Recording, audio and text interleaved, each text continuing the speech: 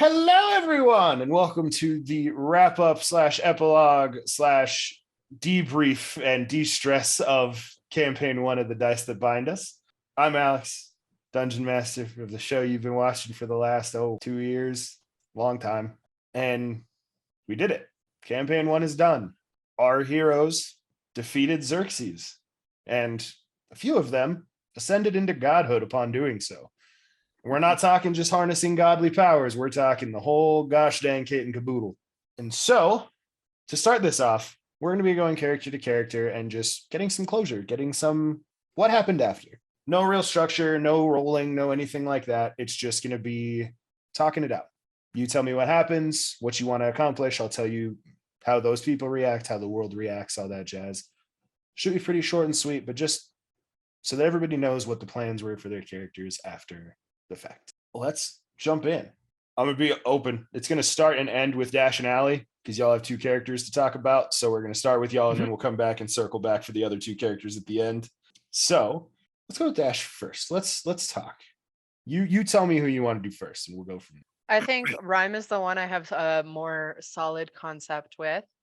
Rhyme accepted godhood and being basically the god of the sails. Mm-hmm. So I think soon after the battle, Rhyme spent time with his sister, kind of explaining everything that went down and what he chose to do, finally accepting to become something greater than himself, probably for the first time ever. Spent at least the good chunk of the first part of his godhood watching over his friends and family who were these sailors, and ideally hoping to one day watch and guide his sister to being a captain of her own ship. That's awesome. I really like that. Over time, without going into too much detail, because I have plans, that is the course that Rhyme sets himself up on.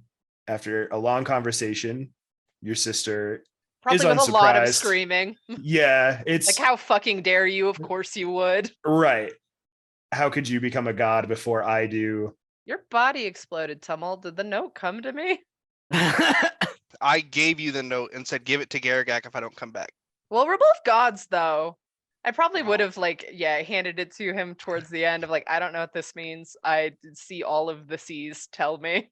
So I think it would be, for Rhyme especially, honestly with both of us, with being the god of the sails and the god of joy, very easy to find a nook. Very easy. As a sailor and a truly happy man. Which we will get to. Yeah. Rhyme steps up, and it's rough at first, as it would be for anyone trying to navigate through all of that. There's an entire movie starring Jim Carrey about how rough that can be.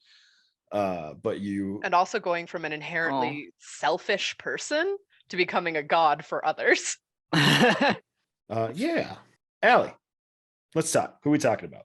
I think Ivan would be easiest to explain because he's just continuing old job. He's just making it more efficient. He's gonna gather information on what exactly is going on with if there's any wars going on, if there's any dealings that hell is integral to going on. But he's just gonna try to make everything more efficient. I like it. If anybody could do it, Ivan and his right-hand man Flapjack could definitely make that happen. And over the years, you see change, a lot of change. Hell has always been an organized and structured place. It's just how the layers of hell work.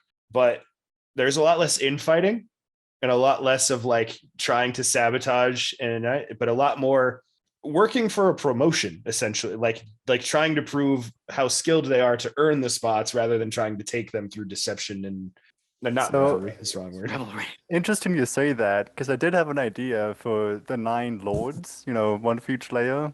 Obviously, Ivan being the Lord of the Ninth. Right.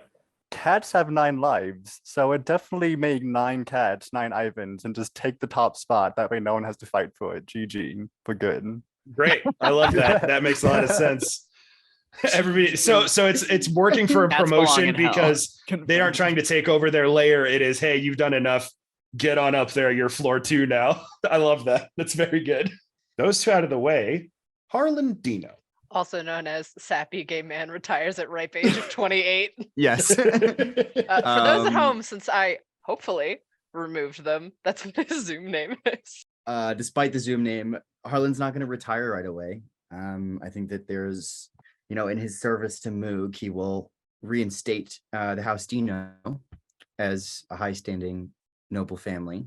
He'll establish Dino's dogs as sort of Alex might appreciate this, a Varangian guard to Moog's kingdom, kind of just this force that is there to protect the ruler of the kingdom, and it's passed down for generations.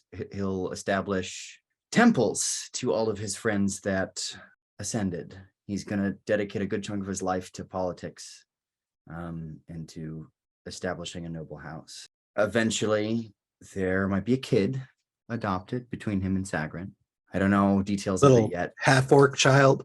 Maybe Most likely a half-orc child, looks, yes. Yeah. maybe sounds like Garagak. Because there is an odd increase in local orphanage. Yeah. A couple of years later, another one, a daughter. And towards the end of Harlan's life, because Sagrin will live much longer than him, Harlan will retire to the vineyard and make it try to keep in contact with his friends. It's open for holidays and, regatherings of all the people he met. He wants to be a hub for all of you people. I think that's all I got.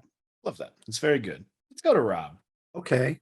Argus, to start with, is a little overwhelmed by this gift of being the god of creativity. Takes a little getting used to. He starts by trying to help everyone that he possibly can, bouncing all over, trying to answer prayers of engineers as they are trying to make things work. And he tries to do good to start with. He really, really does. He helps a lot of engineers and makes their creations come alive and do the things that they're supposed to do. And I'm going to take a little little something here. And at one point he comes to answer the prayers of one of his followers. And he just walks in and they're concentrating on whatever they're building. And they're like, I need this. I need a twig that has been struck by lightning, like for lightning bolt. And Argus says, I'll go get one for you. And the person just is like, doesn't even realize that there was somebody else in the room, doesn't get startled, just thinks it was supposed to be there. And they're like, okay, great. I'll keep working on this. You go get that for me. And is just working on it. And Argus takes a trip down a road and he comes across a shop, a door. He opens the door and inside is a shop that has magical reagents, all of them. And the sign outside says reagents, ethically sourced and freely given. Oh, Kind of took him by surprise a little bit, goes in, and a huge Goliath sits in the back with a obsidian wall behind him. Every once in a while, Argus notices on the obsidian wall, a tentacle kind of flows behind the wall. This Goliath is gargantuan, dark-skinned, heavy, and tattooed on his right side. Argus walks in, he's like, I'm looking for wood, lightning struck wood for a spell. The shopkeeper says, got just the thing. Walks over to a barrel, just this, like a wine barrel full of twigs and sticks and all sorts of sizes. Here, I talked to the trees. They said this guy was not very nice, so I called lightning down, struck it, made the right wood. Argus is like, I love your initiative. Picks up the stick, says, do you talk all the trees and the animals that you gather your natural resources from? Yeah. Of course, freely given. Argus nods, pays him an obscene amount of money, and just walks out. What does gold do a god? Exactly. And returns to this young person who is just frantic, focused, just in that zone of creativity, and just slides the piece of lightning struck wood to him. There you go. great. This is the perfect size. It'll go right in. And Argus just disappears. And from then on, he goes. And while he realizes he cannot fulfill every desire, that every prayer that comes to him, he also knows that sometimes he shouldn't answer them the way that they're requested. He shows up to a person who is praying frantically to him, and he looks at this design and he knows right away it could work, but this person needs to be inspired. So he tweaks it a little bit and then just walks away.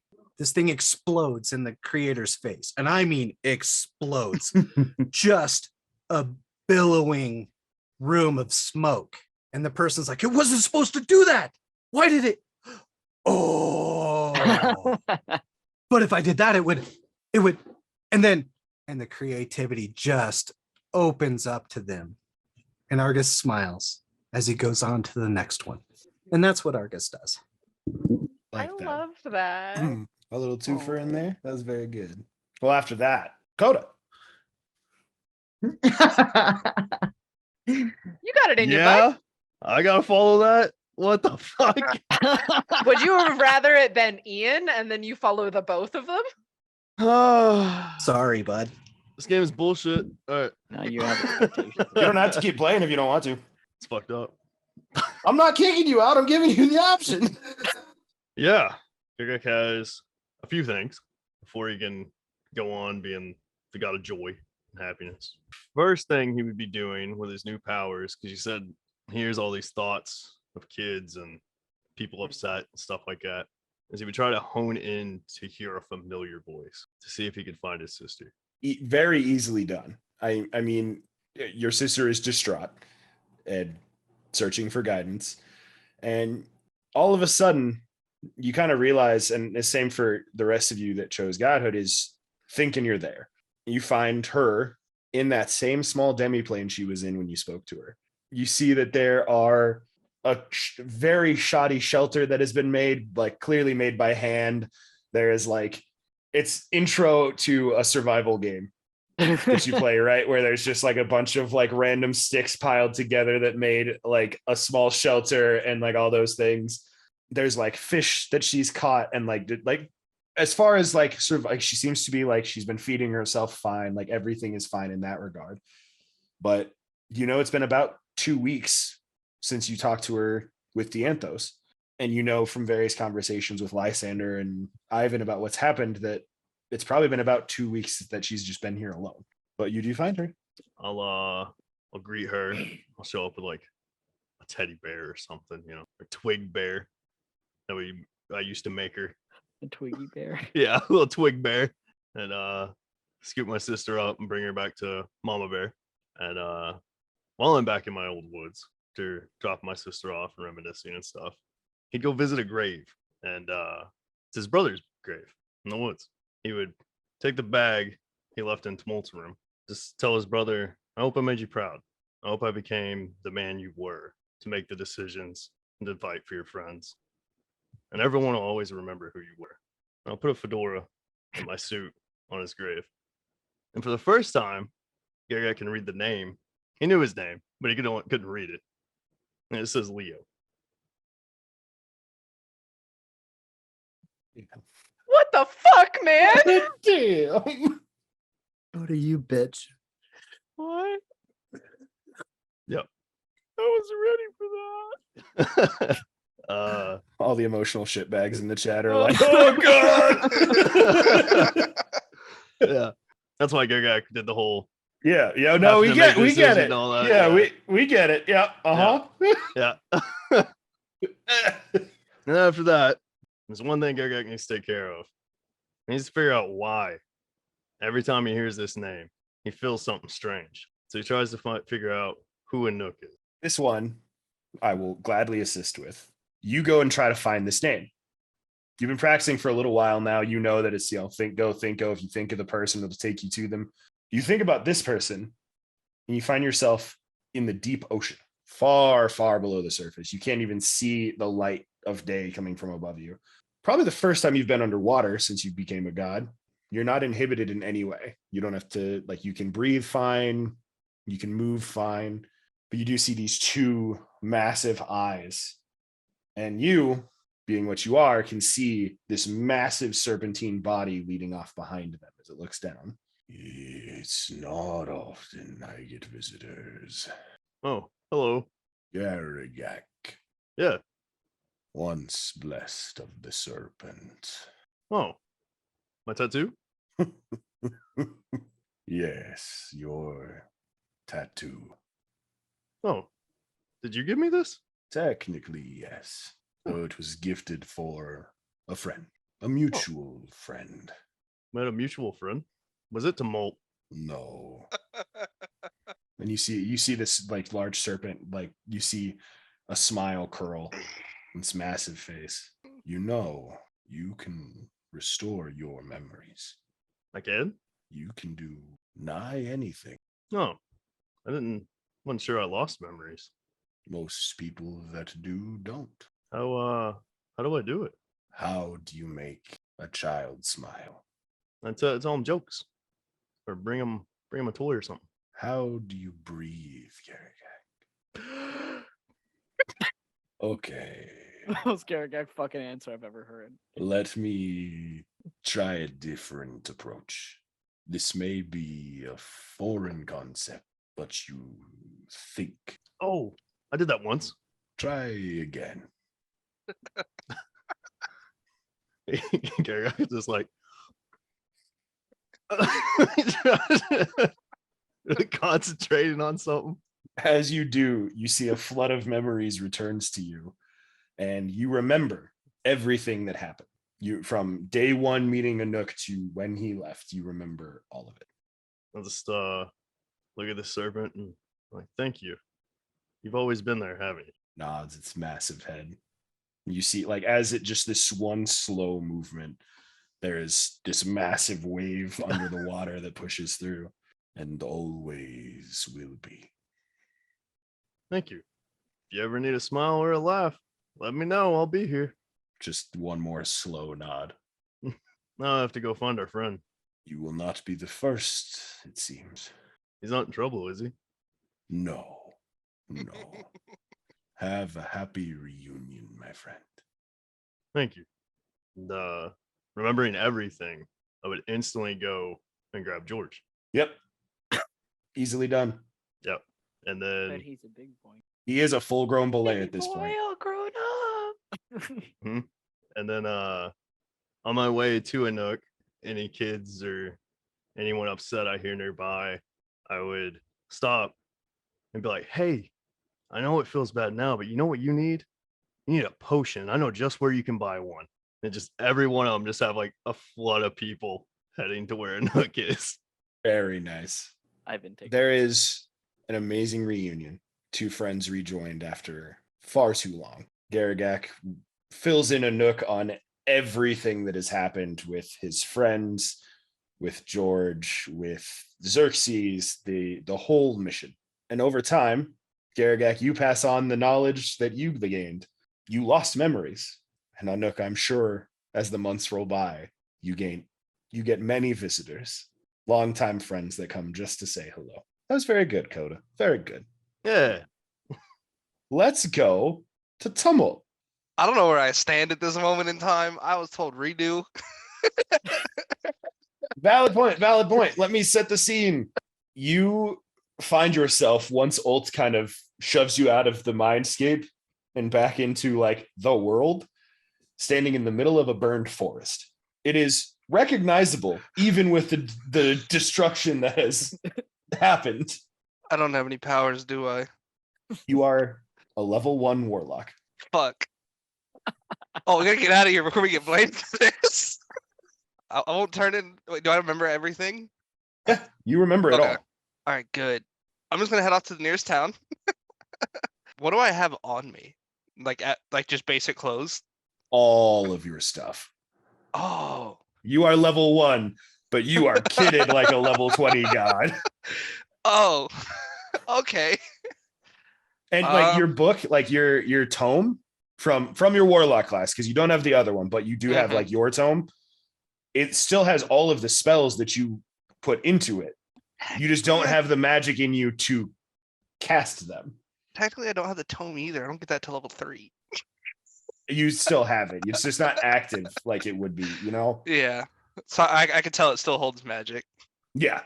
You feel like the kid that walked away from the caravan all that time ago. Well, so I guess since I have everything still, do I have my arm back? Or is that still gone?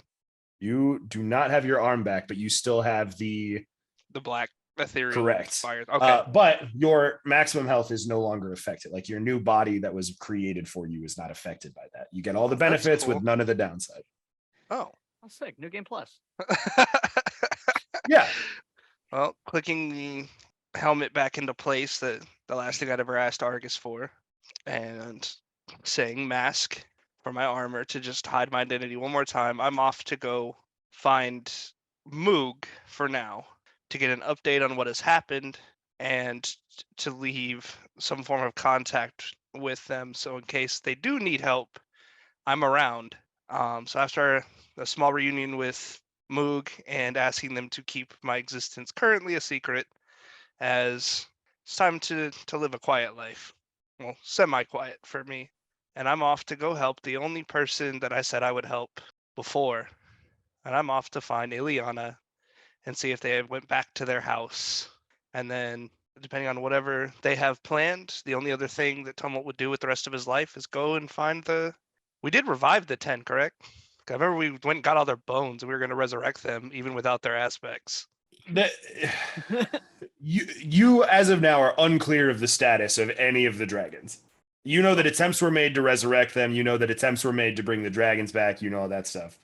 But you also know that that is like numero uno on Ileana's to-do list is to bring the dragons back. So Well, kind of a two-bird situation. would just be working on that and hopefully recording as much information about dragons as possible. And I'm going to keep a dragon tower, information all about dragons that will be Oh, you're taking spearheaded. over for Dragon Fucker. So it'll be spearheaded in conjunction with Chazlot, as I owe him for everything that I kind of ruined for him when we blew up Waterdeep, and then I stole him to go on a 6-month adventure. Yeah. So Yeah. you become the dragon fucker's apprentice. Nope, he works for me. Delayed. He would still technically be stronger than you at this point. He doesn't know that. That's true. That's true. He does not know that. That is true. You assist Ileana and start building a center for housing like knowledge of dragons. That is very well done. It does not take you long to start regaining your strength. You are smart enough to understand how to strengthen your abilities and in what ways. You start to regain some of your former strength very quickly. Before we head back to the 2 with 2, Tapartos the third. I guess I'm curious, what happened immediately after Xerxes? What did we do? I know that we left, we teleported out, we took the Goliath with us, but were there like revelations and parties, or did everybody go home? Like, I'm a little curious as to the world building of the immediacy of us saving existence. There wasn't a massive party. There wasn't anything like that. It was a war being called to an end. The people that fought it are happy that it's over, to not see any more of their friends fall in the line of duty. The people who witnessed it firsthand are tired. They are frankly traumatized at everything they've seen. So there is celebration in the sense that weight is lifted off of shoulders. But other than that, it's not long, a day or two at most, before people start going their own ways, figuring out what's next. That being the case, Parthos is going to go back to his room on the ship. He is going to remove his armor, his bags, his everything that's kind of made him physically within this world. Now that he doesn't have it anymore, he's going to conjure up a little symbol of Sylvanas out of sort of dark, wispy threads that he congeals into existence and places on the top of his belongings on his bed with a note. And he is going to take just some plain cloth robes and God Splitter and he's just going to disappear. He walks existence using both likely the very useful abilities of the traveler, as he has many places to travel to, as there's constantly an influx of life and death within the material plane, and within all the realms. And he talks. He goes and he looks and he watches and he listens and he sees the souls of everything that come to pass coming and going, and helps navigate those that are going to where they need to go. The one thing he definitely does want to do is find and request an audience with the newly crowned King of Hell. Yes, very, very readily given.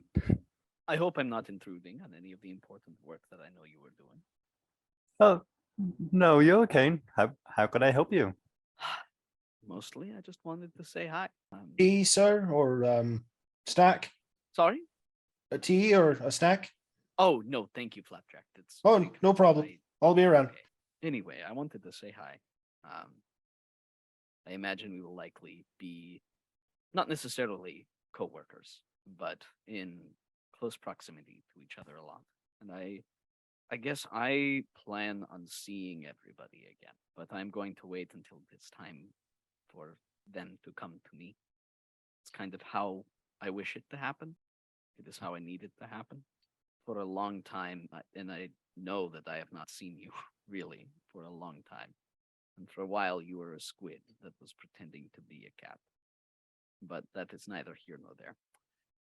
Regardless, a lot has happened, and I feel as though I have outlived my usefulness for this plane, and yet there's much left to do for which I have use.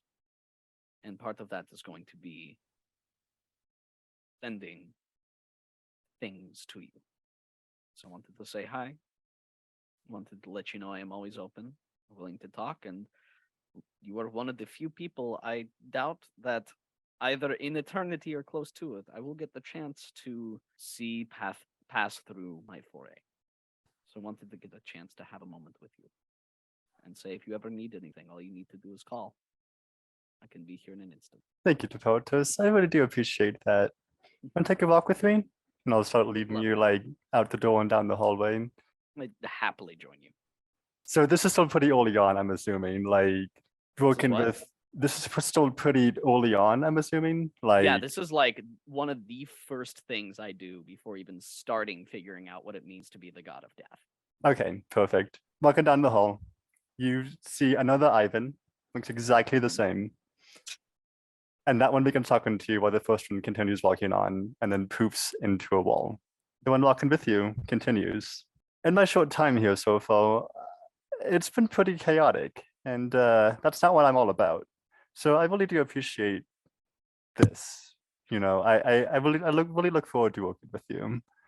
And you pass another corner and you see Hands, but Hands is like 5 feet tall now, and he's like swole, like he's big. And he he says says- now arms. Yeah, Hands is now arms.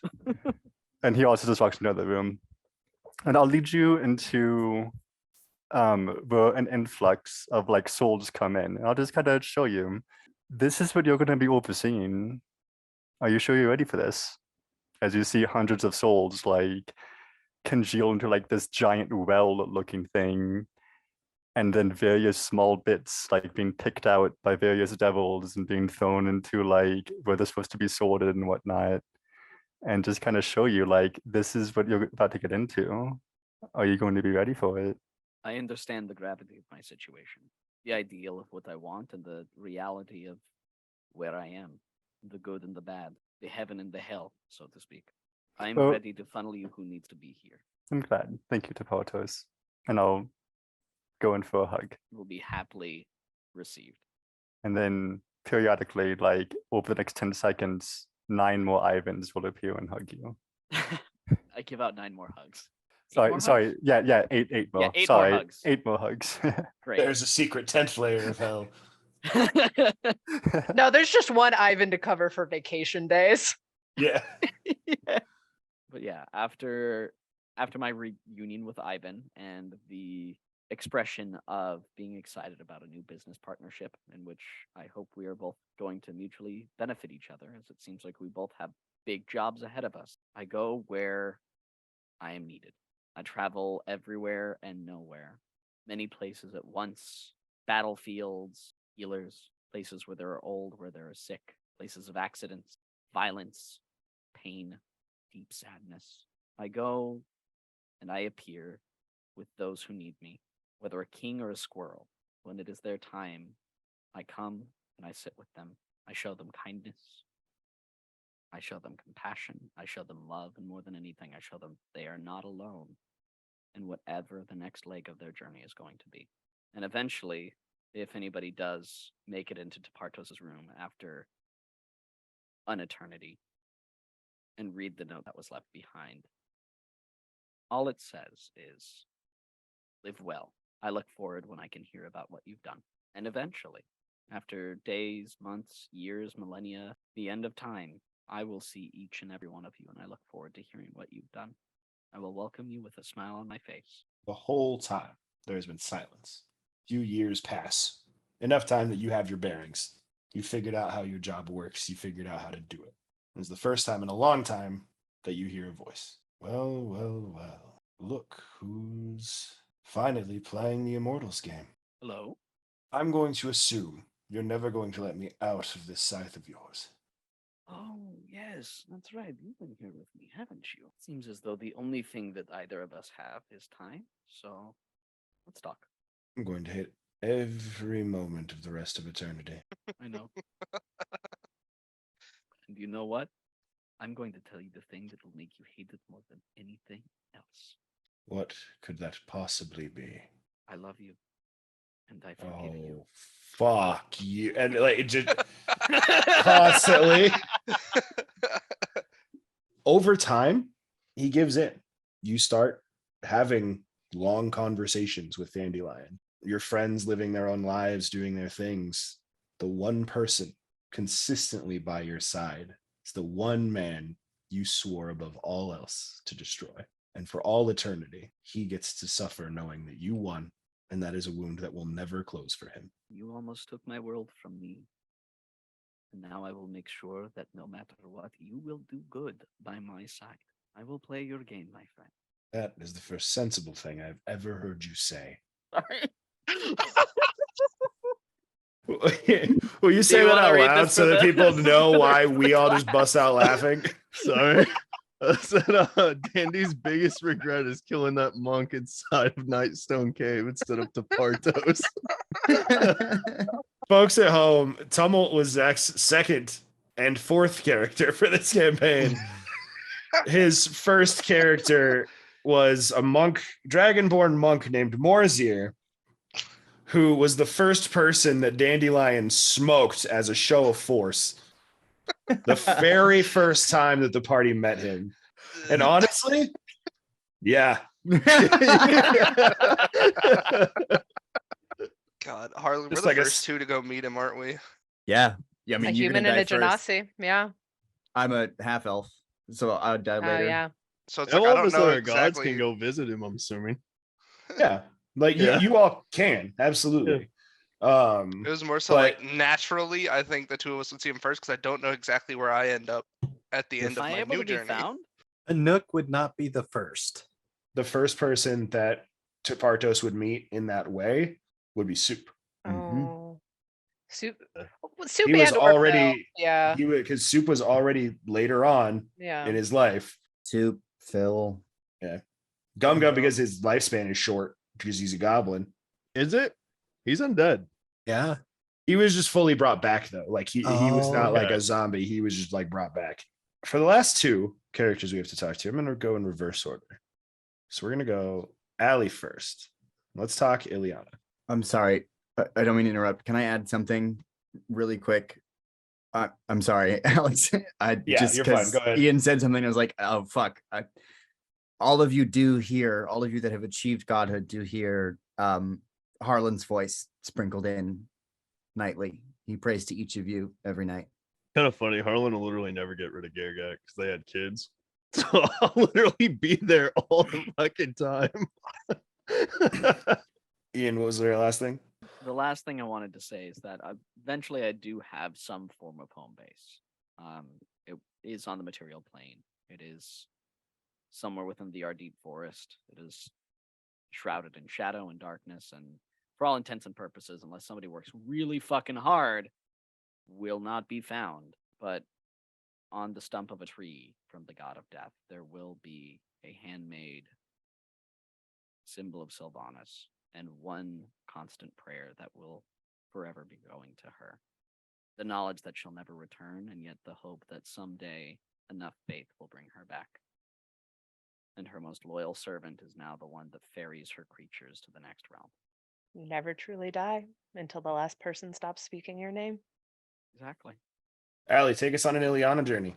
All right, so we're starting off Ileana and Tumult, right? Which is actually perfect because I was going to come and talk to you like one of the first anyway. And I'm going to definitely start by saying that Ileana's going to abuse the shit out of the clone spell. We can make a younger body for yourself.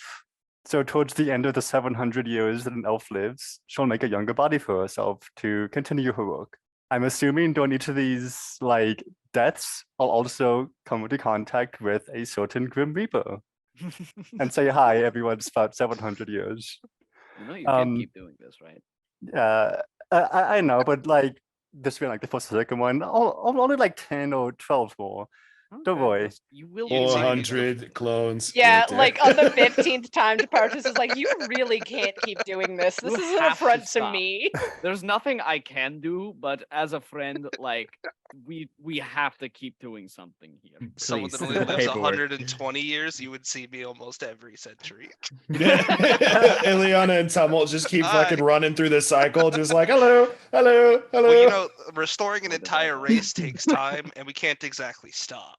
Especially Even dragons. through eternity, you both make me want to pull my hair out. Really? I think the Scythe would do it more. I was like, I mean, you should come see us next year after like 3 or 4 times. And you'd be like, why? Because Sagrin's going soon. I need to go say hi. I was there on Heartland's last day. It scared the shit out of him. And Harlan's soul is just standing next to him, like I like, come on, guys, like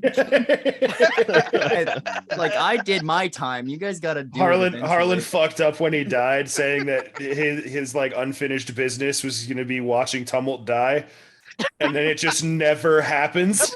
I do have an idea about that. Okay. I think he would definitely be a champion of Tepartos in death.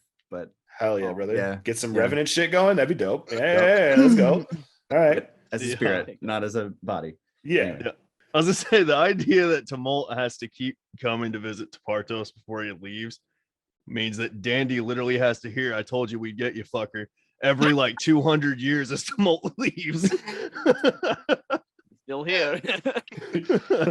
So, oh, I still got that Scythe, huh? Hey, Dandy, how's it been? You've been another year.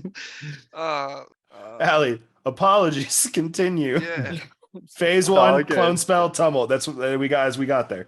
Cool. So phase 1 is basically just mass information gathering. We're looking for all known information on dragons, like the biology, how their magic works, how their bodies work, etc. Just everything that we can learn about dragons. I'm sure Tumult will love that trip. I say it should be pretty easy, considering after the 6-month time skip that I had, I got advantage on everything dragon related because I did exactly this. Nice. We got a head start. Hell Yeah. yeah. All right, cool. So dragon information, and then also maybe even pay August a visit for this one, but I want to learn how to make a demiplane bigger. So like the spell demiplane, make my own little demiplane, but make it bigger, big enough theoretically to like I can create an environment to house dragons. So we're talking like planet-size scale. This might take Dragon Sanctuary! Let me put it this way. Gods can just make that for you. yeah, but I want Argus- to do it. That's Argus would fair. approve of this endeavor and would give you his blessing, therefore Yes. allowing you to create this. Yeah. Okay. I don't And care how every many day I'll lifetimes keep- it takes. yeah. We're Uh, doing I it. want to do it. Cool. So using the information about dragons, using that phase 1 theoretically, would I be able to gather all the information about the dragons, make that demiplane, and then also populate the demiplane and also environmentalize it so I can have like Arctic for the white dragons and like mountainous for the red dragons and whatever. Cool. I was gonna say you're talking about a project that would take centuries, but that like potentially like millennia. That does not matter. So yeah, absolutely, all of this stuff can happen. Awesome. How are Cool, the cool. dragons going? So I'll- I got the roll done. Now I'm gonna try to go see if I can find some souls. Great, I'll see you in a century. Well, 10 centuries. Well, we kind of need your help with that if you want Yeah. to come with us down to hell. Yeah. No. Okay, fair enough. You gather. Dragon souls are hard to find. So the They- idea is to find enough dragon souls to just have parents to kind of show the offspring how those particular dragons operate. So the more souls, the better. But I would need a few of literally every one of each, the 5 chromatic, one of each, the 5 metallic. I'm not gonna ask for like the astral and You can have all of them. Cool, It just awesome. all of this just takes time, which I know is not a factor really, but like this is generations upon generations later. So I'm saying yes to everything you want to do. Keep walking me through the game plan. So far, we have the ancestral terrarium set up for the dragons to live in. Yep. So each dragon has their own hunting ground, like just put them in the like environment that they were known to be in. Use the old souls to give to new bodies so they can raise the new young. So you can just true polymorph the young, doesn't matter, as long as you get the actual like knowledge passed. Does that make sense? Okay, So from interesting. there, Yeah. from there, that's how we'll get like biodiversity and like just make a bunch of them. That way they all, will have a bunch of newborn and just a few adults for every, particular dragon. And each dragon will have like their own like method of raising, I guess. Like red dragons, I'll like give them like goblins and like small shit to burn and rule over and be tyrannical and whatever. Like I'm not gonna try to force them outside of what they naturally are before like Palindrome went off. I'm gonna try to Yeah. maintain as close to as like what they're supposed to be as possible. And 100 with years or that- so we take one out and put it back on the material plane. Exactly. The first two Controlled reintroduction. the first two, yeah. The first two I'd like to bring back are specifically silver dragons. The ones that love to spend their lives as like humans for a lifetime Yeah. and then reborn themselves or whatever. I guess this would be way far after the fact, but I would ask if Rhyme would look after one, maybe find a ship somewhere to put one on. Just And- be like, oh, sister, you have a child. I think at this point, That's your mother. Holland would be gone. Is that correct? I mean, Oh, You so would would my be doing- sister. Yeah, would- Getting they'd be doing. Harlan would be doing soul warrior stuff for Tartos at this point for sure. fair Yeah. enough.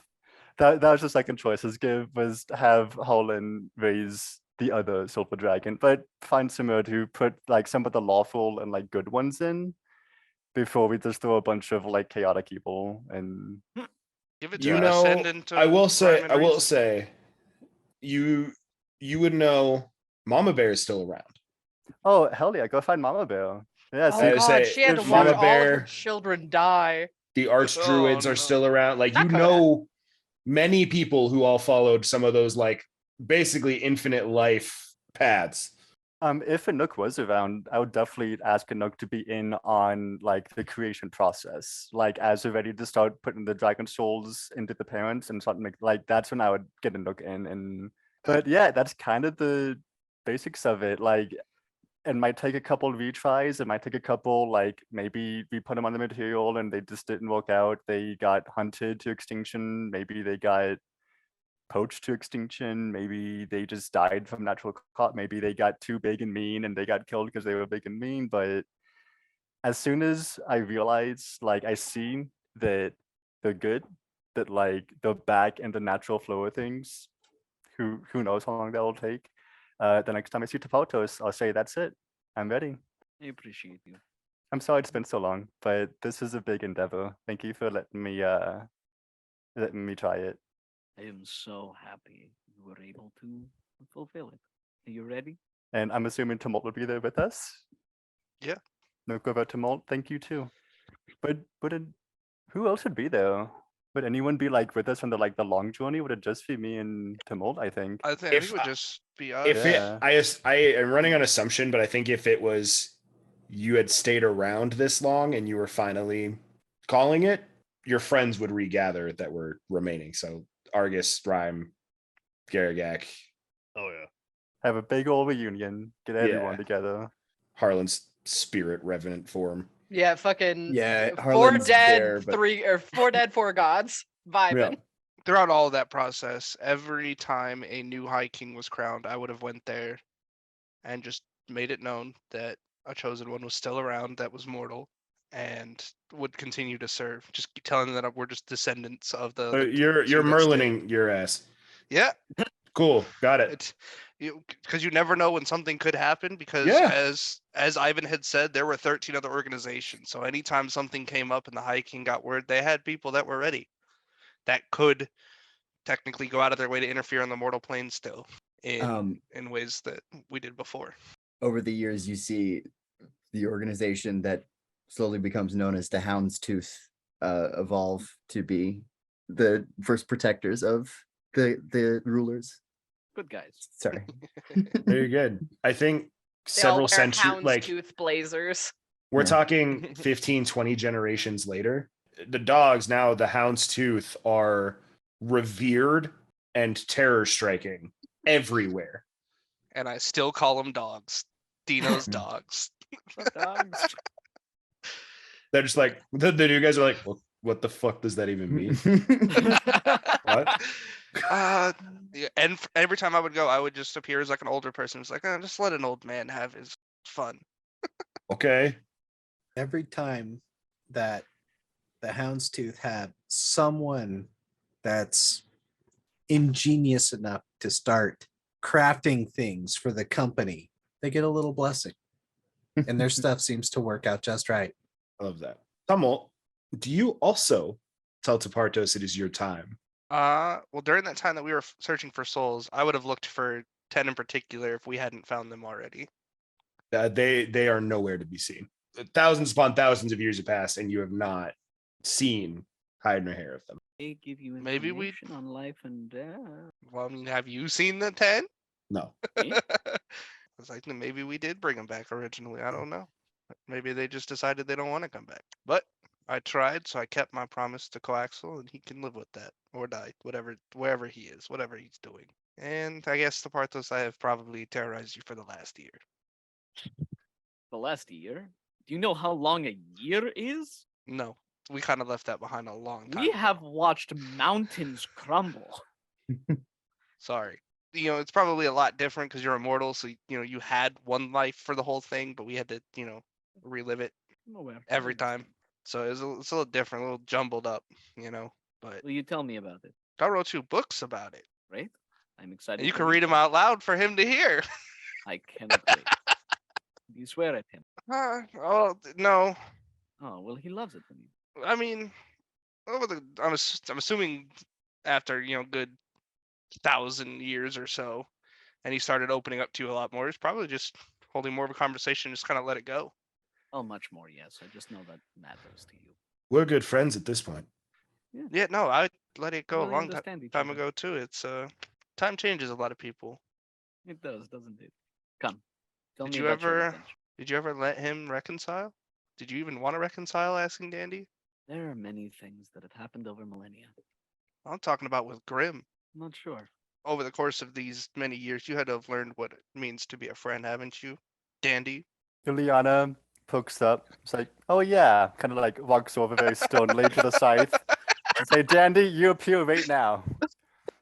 I kind of like point at the ground and ask Dandy to like ghost appear or whatever. Yeah, I give him permission to manifest He's a like- physical apparition if he needs to. You see, Cool. it's the same. Like he is still just stupid hot, living life. And I'll be like, you just fucking I never got your back for this. And I'll slap him. That's very hand rude of what goes- you did to Grim. Your hand goes through. I'll, It is- I'll cast some form of magic to Okay. It's like, something. it's like a slap holy him. weapon on your hand and just whack. Fair. Well Very deserved. rude. Yep. Well, we Yep. were really absorbed in our work, so they were able to forget, but I could not. I had to write it down every day. Are you stopping me too then, or are we? No, no, I did that for millennia. I just felt that all the time you've spent with the Partos and seen the two of us come and go, as we said hello and caught up for a little bit, you truly saw what it meant to be a friend and realized why Grim even told us at your darkest hour he would not stand with us against you because you were his friend. I just hope over this time maybe you learned something, and seeing as with the god of death with access to souls, you could at least try to give him some peace. Something I learned from the Bartos a long time ago. I just never let him know until now. It's been millennia, and yet every time I hear all of you talk about your sappy friend bullshit, I want to throw up a little bit. That means it's working. I hope you both find peace, truly. And for what it's worth, my bad. I found my peace the day we first got the dragon souls back and we started fixing what had been done. That was my peace. All we had left to do was make sure that it stayed. But thank you. And yes, going- Bartos, I'll give you all the stories you want. I'm going back in my scythe now. He vanishes, and Tumult and Ileana, far, far later into life than either of them should have been, finally pass through the veil to their respective afterlives, whatever those may be.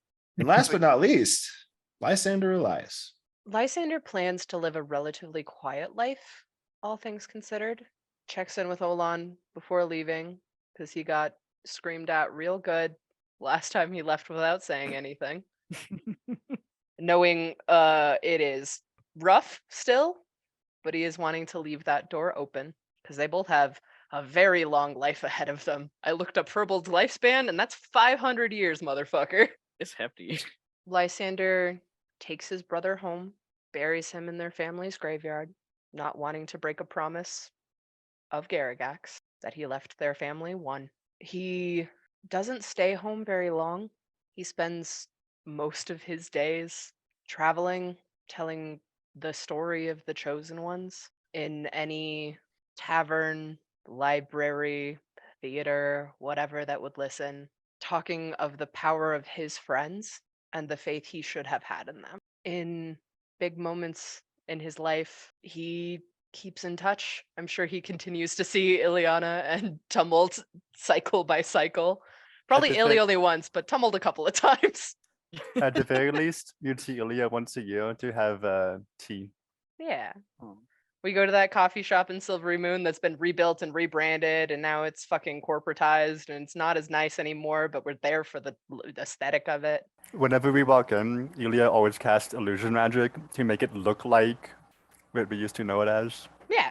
And Only everyone for else the- around is like, confused. oh! Yeah. And then like the fucking store managers, like, they do this, let it happen.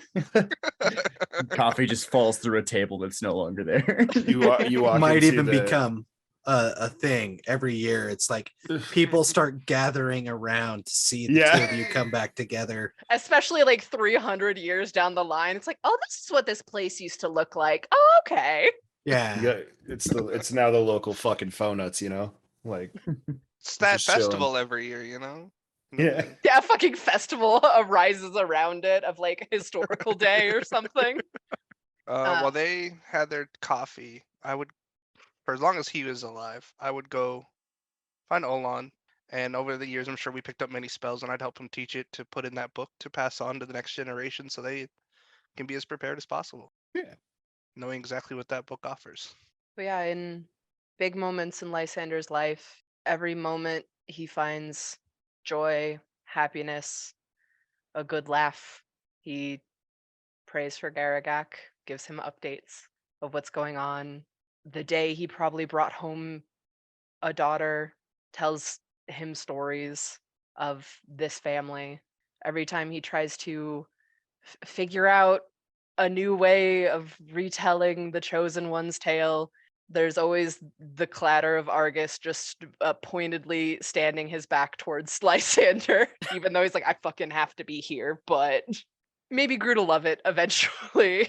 Every time there's a moment of grief, he reaches out to Departos. When his parents pass, when a pet dies, he knows they're going to good hands, and just lives a relatively normal life for the first time since all of that happened in his youth in the scheme of things. Chosen one's life behind him, and I'm sure finally, kind of when it's his time and he can't travel too nicely, he returns home to the forest to live out the remainder of his days with his clan.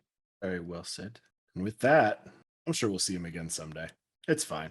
Throw him in the trash. That's right. Chosen ones no more. Get him out of here. Yeah, fuck him. I'm sure we'll do something with them later at some point. For sure. We'll see the ones that became gods again in a future campaign. We'll make characters that pray to them. It is on that note that I want to talk about what our god friends do see as time passes by. You watch as millennia after millennia unfolds before your eyes, and much like our world, when we were still in the sword and sorcery phases of our times, the world grows around you. Technology levels skyrocket. People saw an airship flying through the sky, and that caused people to go, you know, we could do that too. You see the Storm Coast and all of the Forgotten Realms and all of the outlying plains modernize. You watch cities grow and grow and grow. But unlike our world, tragically, the Forgotten Realms, the outlying plains still hold fast to their belief in nature, the powers of magic. And it is 25,000 years later, but a massive purple rift opens across the sky, and a bunch of shit starts coming through it.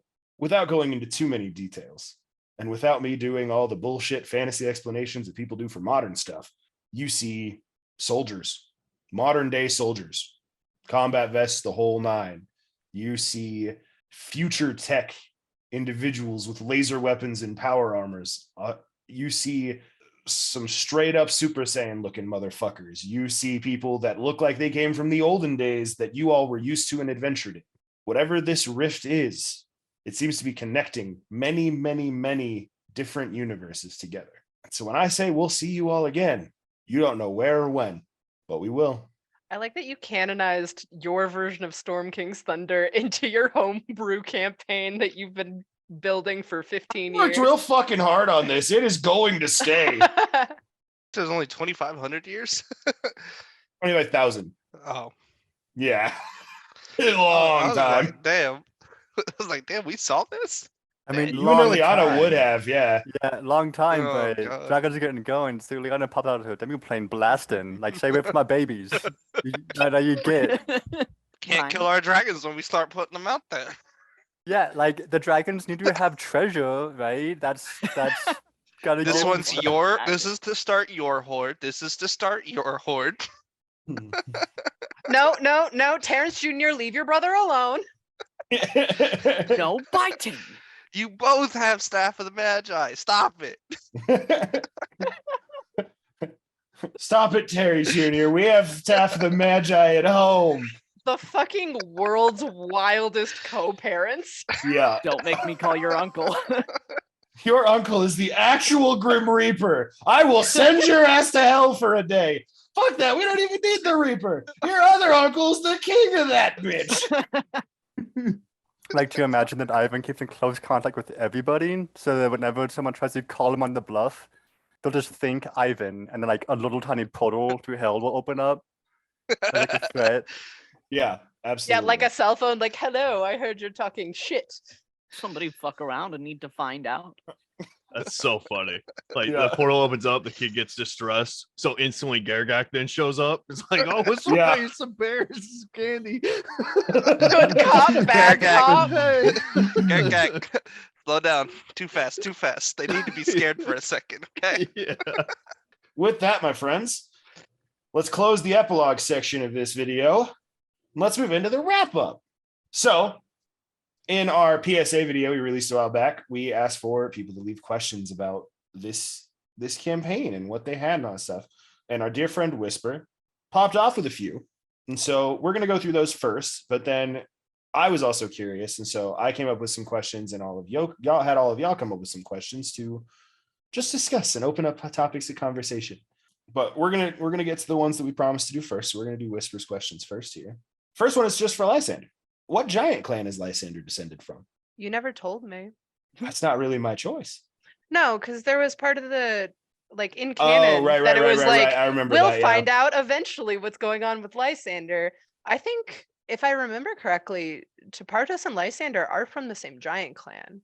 They are from the Descendants way of the back. same giant. From And way, it way was, back. It was yeah. And out. both of you would have been descended from cloud giants. Yes. Yeah. Yes. From the same like overarching family that Moog's husband was from all of that same. Aw, Uncle Zephyros. Yeah. Totally dead. Absolutely got smoked. Very Yeah. unceremoniously dead. Like, Big D dead. Yeah. Yeah. Whisper, cloud giants. That's on me. I forgot I was supposed to canonize that at some point. Next one is for all of you. I can answer it too, but it's mostly for y'all. What was everyone's favorite twist/reveal of the campaign? I will say, let's go with. I'll go first, and then I'll toss it to somebody from there, and we'll popcorn it around the room. My favorite twist/reveal of the entire thing was the Arcanist Magnate being trapped in the ice being Olan's father. It wasn't super story impactful, but it was one of those little details that I was like, well, if they ask the right people and talk to the right people, it'll be there. It's this little nugget of information. And yeah, I think that one was my favorite just because it wasn't big. It was just the little bit that I tossed in there. I'm going to toss it to Kimber because Kimber has a lot less in-game time to match everybody else. Yeah, and I think that's going to be a common theme with this whole wrap up. I'm sorry in advance. Twists, reveals. I the biggest one that I was here for was the Kane reveal, obviously, and I want to say that's like my immediate thought, but hearing how you guys have talked about this over the years and knowing how much of it a surprise it was for some of you, the aspects that Illy and Tepartos got, and I heard Ian talk about this and how surprising it was in Dash 2 separately outside of the game, how much of a turnaround it was and how, I don't know, it's fitting. It ended up fitting very well. And for the narrative of the characters, it made a lot of sense. It was cool. Good job, Alex, in that case. We'll toss it to Coda. No, this is fuck. So many. There's so many. I mean, you got Dandy killing Morzir as an old one. Gum being the person we fought in Dandyland. That was huge. Kind of tied because he died in that cave. Olan coming back. You did it. You named a few, yeah. Yeah, go ahead. There's and just keep taking them so all many. So we don't get to name one. You like, can originally. name the I was same just trying to one. pick one. I was just trying to pick one, but like, man, a lot. I'd say the biggest twist that was emotional impact for my character would have been a Nook League, for sure. That hit me personally the hardest because I was invested in that character like hard with my character. Like that hit me really hard. That got me. So yeah, I guess I'd pick that one for the twist, and then reveal. Okay. Probably Olan coming back was really fucking cool. Zach. I knew it. Yeah. Yeah. I mean, I was pretty much ready to go. For me, even though I wasn't there specifically for the fight, it was the Gum reveal. Like we were just getting sniped at and just shot and absolutely torn apart as like a group of overpowered people of everything that we'd fought so far. And this one person inside of Nightstone just absolutely destroying us in the Nightstone cave. And for us to find out later that it was a Gum was, and then we didn't use him. We fucked up. Facts. That He dude comes, was into so the, he comes strong. into the final battle dishing out like 200 damage around. Y'all like, maybe. Yeah, I was like, what the fuck were we doing? Well, I mean, to be fair, after you guys killed Gum, we didn't get him back until we left Dandyland, and that was a very long time. And then we picked him when we left. I remember when I said that was supposed to be like 8 episodes. That's Yeah. crazy. Yeah. 6 months later. And that fucking Gum letter was so heartbreaking too, of just watching him slowly lose his mind. Mm-hmm. Like that was crazy. Biggest reveal, I think it was when we found out that Dandelion was not who we originally thought. Because like yes, he killed Morzir, but it with the party members that were there in the access, like even the low level resurrection that they had, and him saying, "No, it's fine. I wanted to go somewhere else." Because it was my choice to move on to a second character, and then he's helping us and would give us stuff that we need to help do things. And then very early on, it was all a lie, and then we were scared.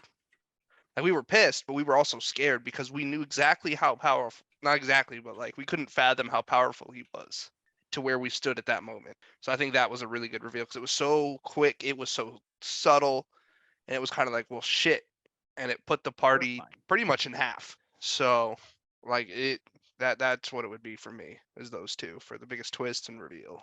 And I will slide it over to Ian because Ian's to my left on my screen.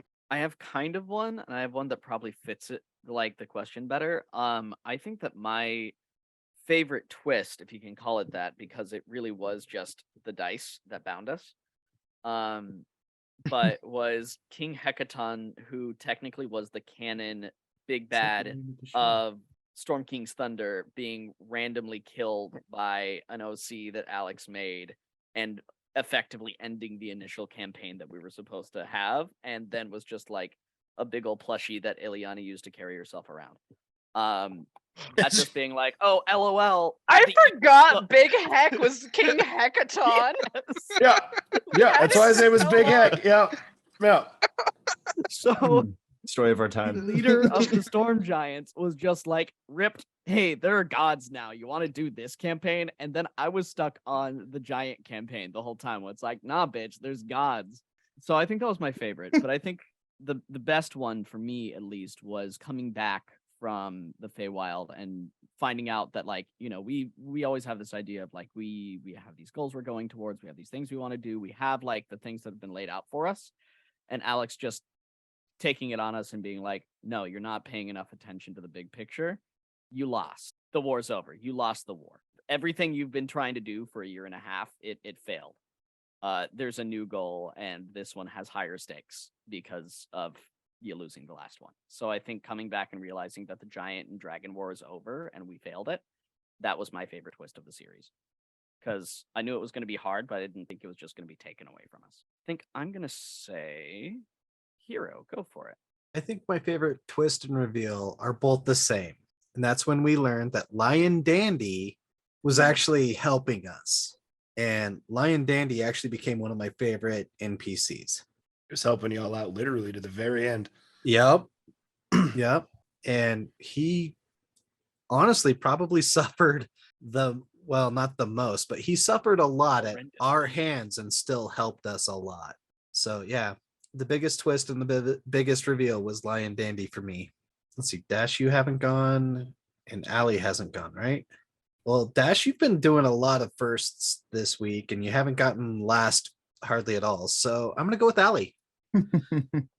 I mean, a lot of them have been said. The cane reveal, the dandelion reveal. I guess my favorite was when like it was revealed that it actually was dandelion that got superpowered. When he did made the bloom in the room or whatever. Like that was just a cool visual like imagery. I liked that.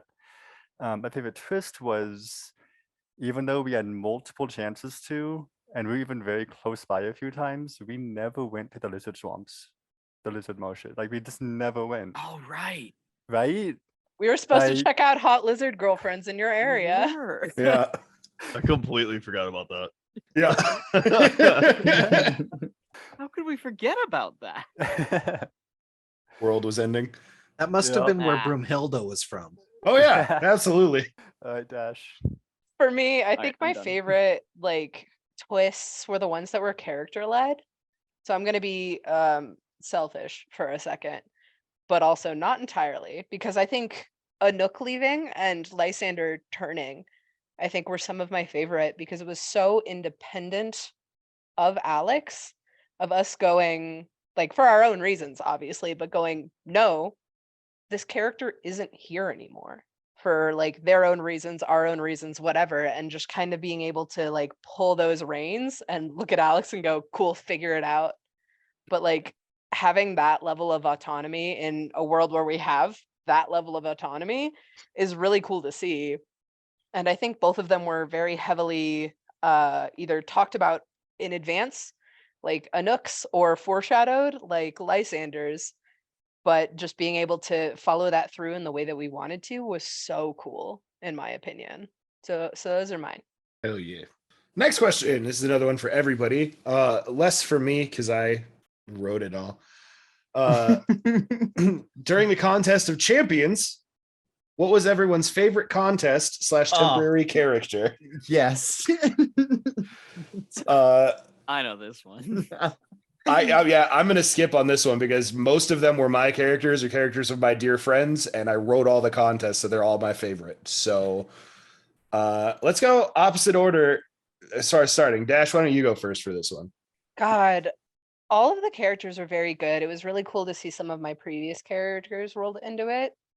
I think the two funniest ones for me were characters from Kimber's campaign of Halan and A10 losing instantly in the floor is lava, and then being able to roleplay with Thalen as Lysander, like running through that juggernaut maze was so fucking fun Throw me because off. they did not get along at all. Which is hysterical to me. Yeah. It was a hard time. Just picked up this tiny dwarf man and booked it down a hallway. It was so fucking funny. And we like pulled out a clutch win with Rob's goddamn juggernaut. Like that was such a fun. I think it was pair of sessions. Honestly, it took a while, but that was a really fun game in my eyes. I thought we were just going legit first order, reverse order. So Camber. Oh, fucking Troll and Trino. Troll and obviously. Trino. Yeah, it's like The one only one I contest you played.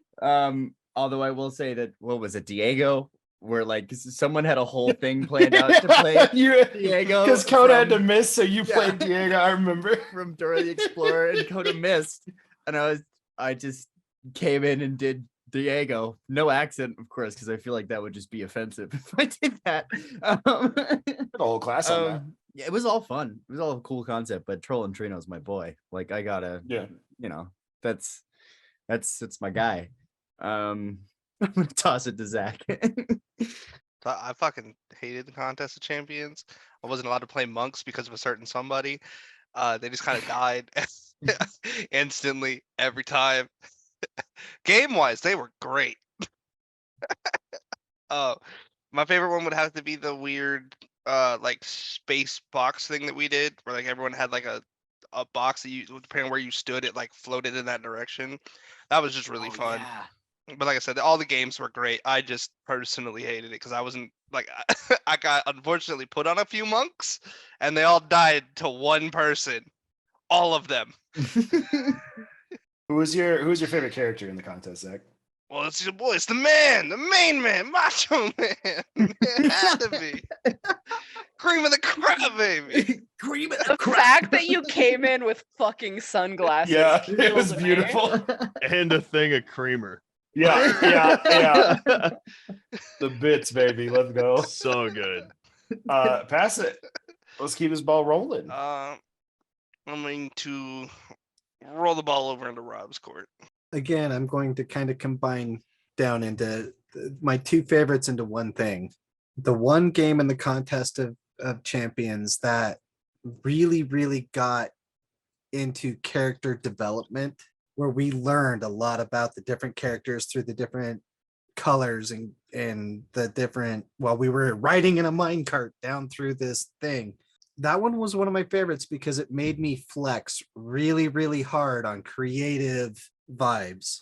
Also, my favorite character to play, one of my favorite characters to play, was May. Because I had her in my mind and she's been there for probably about 5 years. I've got drawings of her. I've got her familiars all figured out. I put her into D&D. I had all this stuff done for her, and I never played her until the Contest of Champions. And the fact that she made it as far as she did was pretty cool. And then being able to really explore how deep a character she is and really bring a lot of different things in for her, different inspirations, and just build this character. That was one of my favorite things for that particular campaign, or that particular session, the contest. So yeah, Coda. You know, my favorite game and character are together. That has to be finding old Rick out there. Searching the whole floors looking for old Rick. You found love in a champion's place. Yep. It's Beautiful by wedding. far the Fire Giant Dreadnought, and me and Ian playing a whole fucking different game. The whole damn combat. It got real Monster Hearts real fast. It was so good. That had to be my favorite for sure. I'll toss it Ian. You know what? I'm just second verse, same as the first. I actually really enjoyed the hallway of death. I don't know what exactly we're calling it, but that made me very happy, and I really enjoyed that. And I thought that in general it was a fun combat that really made us think outside of the box in ways that we hadn't for a while. But I do love Farmer Rick and his Fire Giant Dreadnought friend. One shot incoming. I'm writing it as we speak. I Burn down know. a whole forest. Man, yeah, no, just being.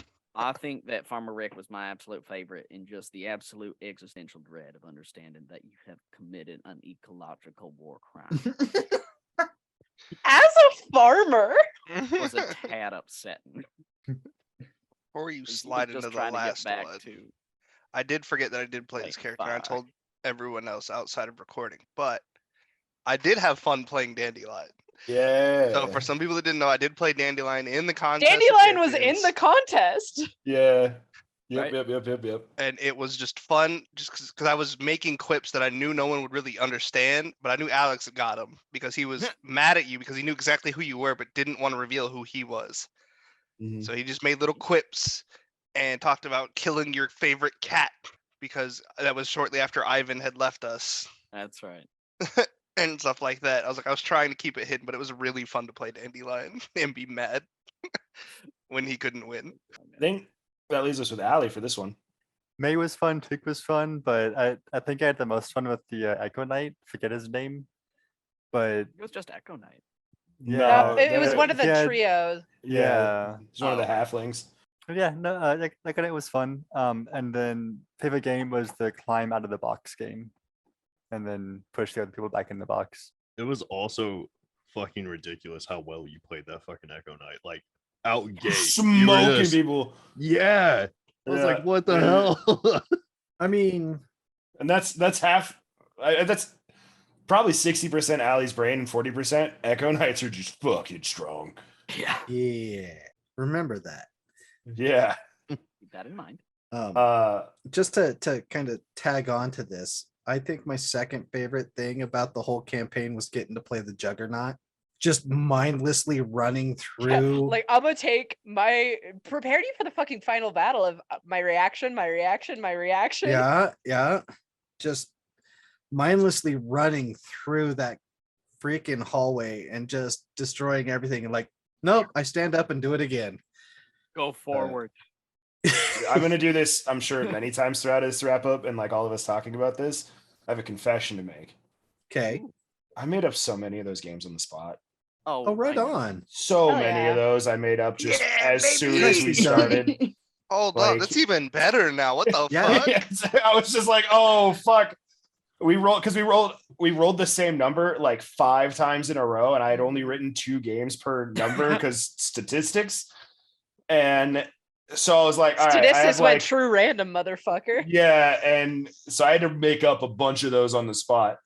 So I'm glad that like everybody had different favorite ones, and everybody was like, oh, this is cool. Like, yeah. It was a good time. Little behind the scenes action right there. Oh yeah. Like, The- honestly, that game was the first time I felt truly and deeply powerful as a paladin. Just running through Nice. that fucking prismatic Oh, wall yeah. with Thalen on my Thalen. back and surviving with like 5 hit points. I was like, yeah. "Ah!"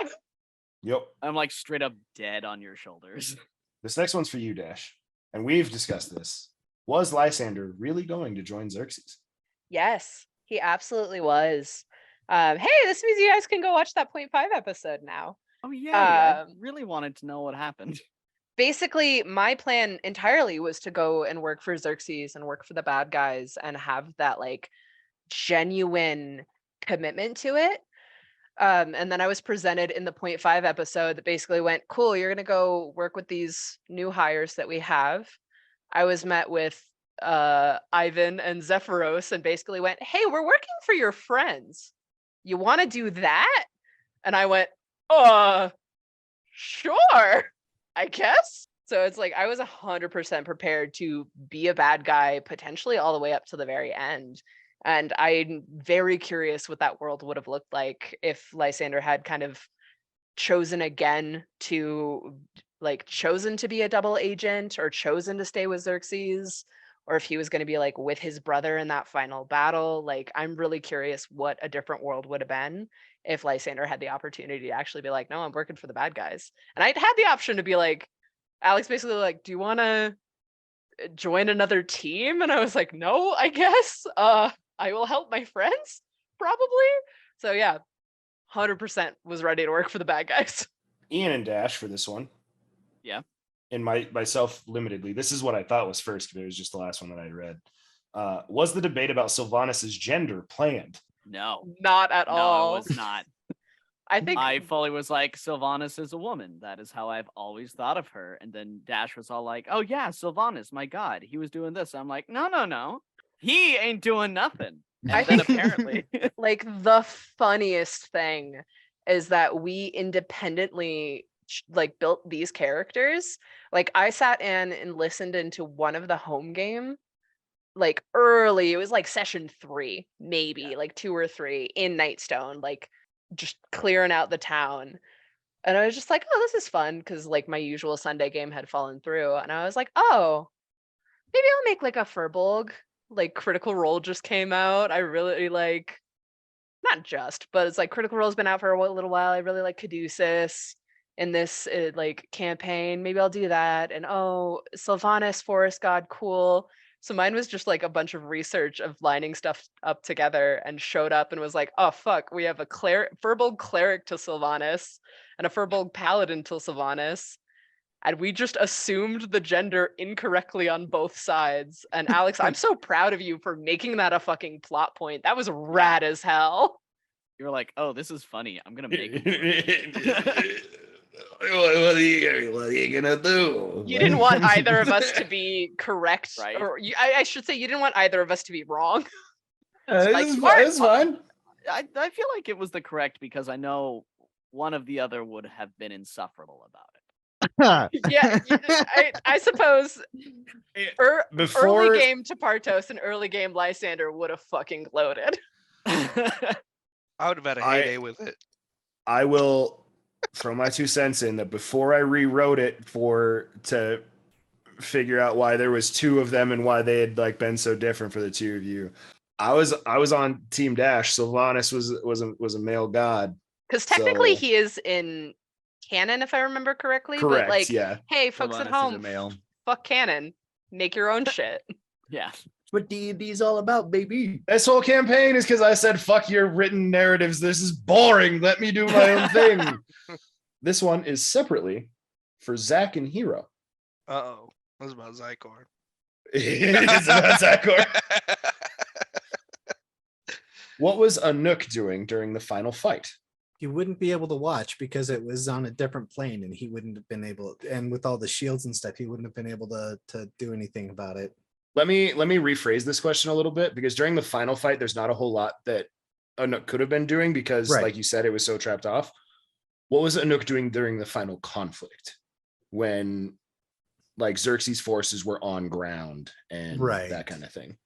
He was putting support to the people fighting Xerxes as best as he could, as quietly as he would be able to. He provided the hero's feast. So he supported them in their final battle before they went to the battle. But he would have been sliding aid this way or sliding aid that way.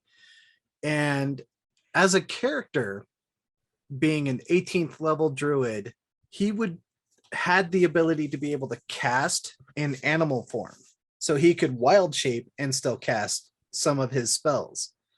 So he would have just been swimming along and helping ships out as he could, or flying along and helping people on the ground. He would have done everything he possibly could have to support his friends and their cause, but trying to keep himself as that secret agent that removed themselves away from the conflict, but was still helping as best he could. Yeah, absolutely. And second part is the exact same question about Zykor. Knowing him, he probably died. Like, not to be rude or anything, but he would have done the opposite of Anouk, because he would have definitely gone out, especially after his family was reached out to, and not wanting to go back as a representative, because they're like, well, you know them, you go. Yeah, fuck these fuck you. guys. Like, no, fuck you. They're not like, they are who they say they are, but they don't act like it. They get shit done. It's just really infuriating. And he would have been as loud as possible, drawing as much attention as possible, because that's the way that he feels he would have helped.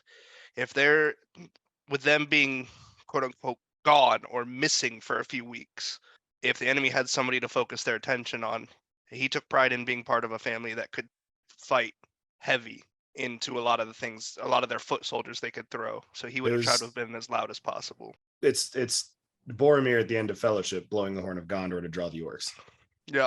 I love that. Do you think It's he very died in glory like he would have wanted?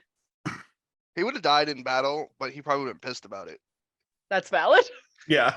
He's like, it's more so like satisfied that it was in battle in a way that he wanted to, but upset that was as far as he got.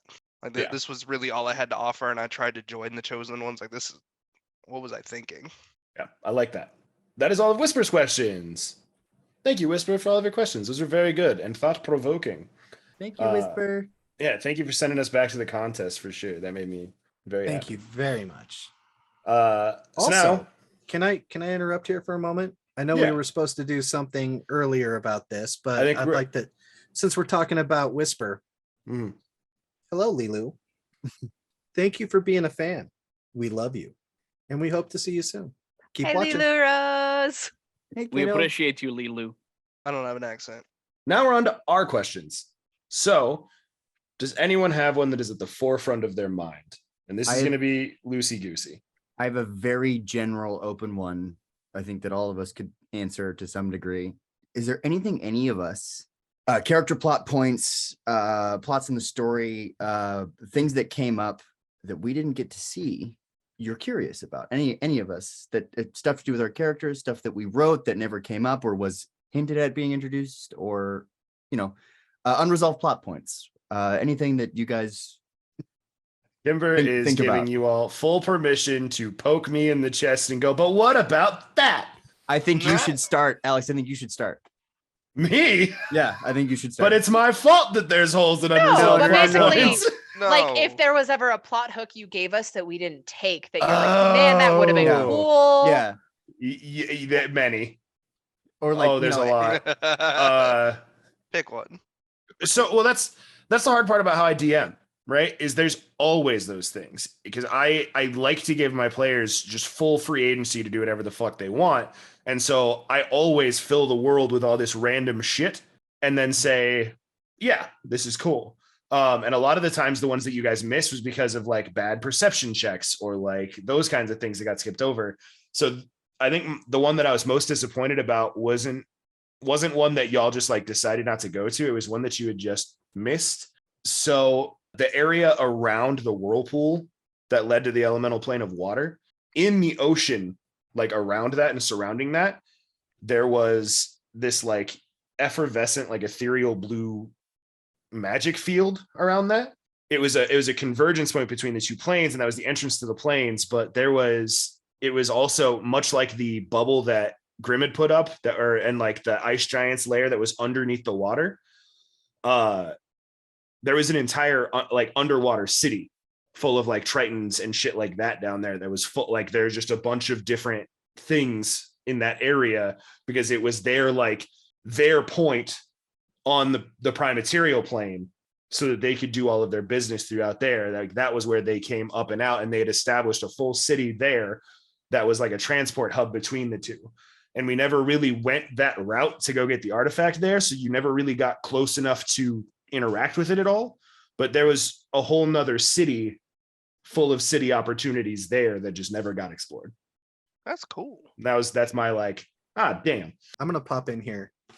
As you're talking about the difference, this underwater city, it made me think about all the planes and the places we didn't get to visit, and how much havoc we could have just wrought in all of them. I would have loved to see Utgar Yeah, I would have just or Utheim. the prime material, any of them, more than what we got to see. I think any of those would have been a lot of fun. And I think, maybe that's an Argus thing later down the road, is he just starts plane hopping to the different planes to see what they missed and see the different cities. And even a Nook would have probably been hopping along singing a song and just exploring and having a good time, and chaos ensues. Mm-hmm. I wanted to poke you a little bit more, Alex, you specifically on this question. Characters that you had, that you wrote. Is there stuff we didn't get to see that you would have loved to show us? Yes, so much. Favorite one, pick one. My favorite character I wrote that y'all never got to see? Just a detail that you fixate on that you didn't get to show us. So it actually ties to what Dash was saying about Utheim. I rewrote the Norse pantheon, or the Nordic pantheon, forgive me, Mateus, I'm very sorry. I know you don't watch the show. You would kill me. I'm not going to go into too much detail because I already wrote for season 4 to reuse the characters. I'm well ahead of the game, y'all. I am so ahead of the game. Holy shit. Season 2's done. Season 3's mostly done. Season 4 is plot outlined, and the first locale is done. So I'm not going to go into too much detail, but I really would have liked for you to go there, because it hit right at the time where I was going on my own spirituality journey and my own faith journey, and looking into all of these different world cultures and religions and all these things. And so I hardcore dove into this to write this whole realm, because it's very clear that that's what Wizards of the Coast was going for with Utheim and the whole thing. And so I wanted to lean into that. And so I had a bunch of Nordic mythology characters in it, and the creatures from Nordic mythology that were running around and stuff like that. So I'm really, yeah. That would have been amazing to see. Yeah. Keep an eye out for season 4, I guess. Oh, yeah. But yeah, I want to hear from the rest of you on this question, because this is one of those ones that's I'm care of your character stuff, or places that you remember that you have questions about, that was what if we would have gone here, or whatever, or places that I fucked up and left major plot holes, because there's many of those. So if you want, I'll just quip in with my brief observation on this question. Yeah. I was particularly intrigued by and kind of sad that we never got to kind of experience I forget what type of giants exactly it was. I think it was the frost giants. Yeah, frost giants. Of course it was. They're trapped in ice.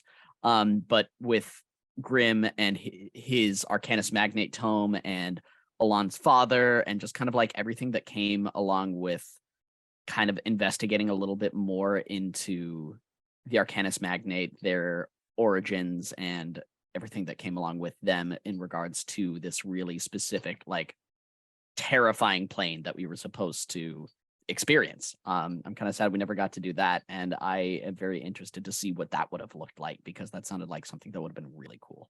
That was actually another one that I'm really sad about, because you guys were there. Yeah. I built the dungeon map for it, and I actually took the time to build the full dungeon map for it.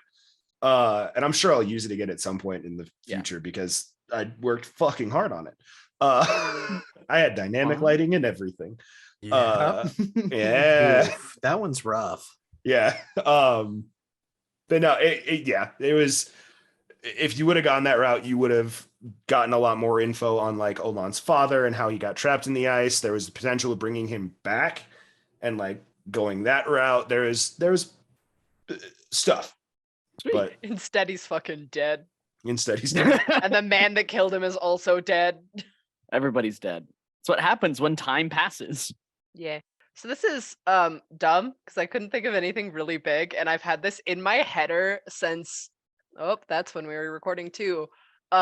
January of 2021. The Right. fuck was in Gildarin's tomb?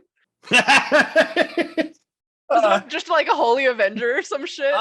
yeah, it was something along those lines. That was Wait, what? That was one of the original locations from Storm Kings. So I Yeah. have no idea what was in there. It Like, off was the top all of the my way head. back, when we saved the druids after we Yeah. fought the Right. fucking. Oh, right. We were supposed to go Basically, there for so long. Lysander's boon for that was go to Gildarin the Prier's tomb, up in the Grey Peak Mountains. There's We were something there promised for great you, treasure. and we just never went. Yeah, Right? And I always felt We bad. kept meaning to, and then life kept getting I in the thought that way. was the Beholder episode you guys had while I was gone. No, Because you Nah, it came was just out. Vinny Because you came talking out of about a that with a burrito. shield. but that was many months prior. yeah, that was the That was 20 episodes prior. that actually happened. Literally, the Beholder thing or the Was directly before we started was recording. the episode before we started recording.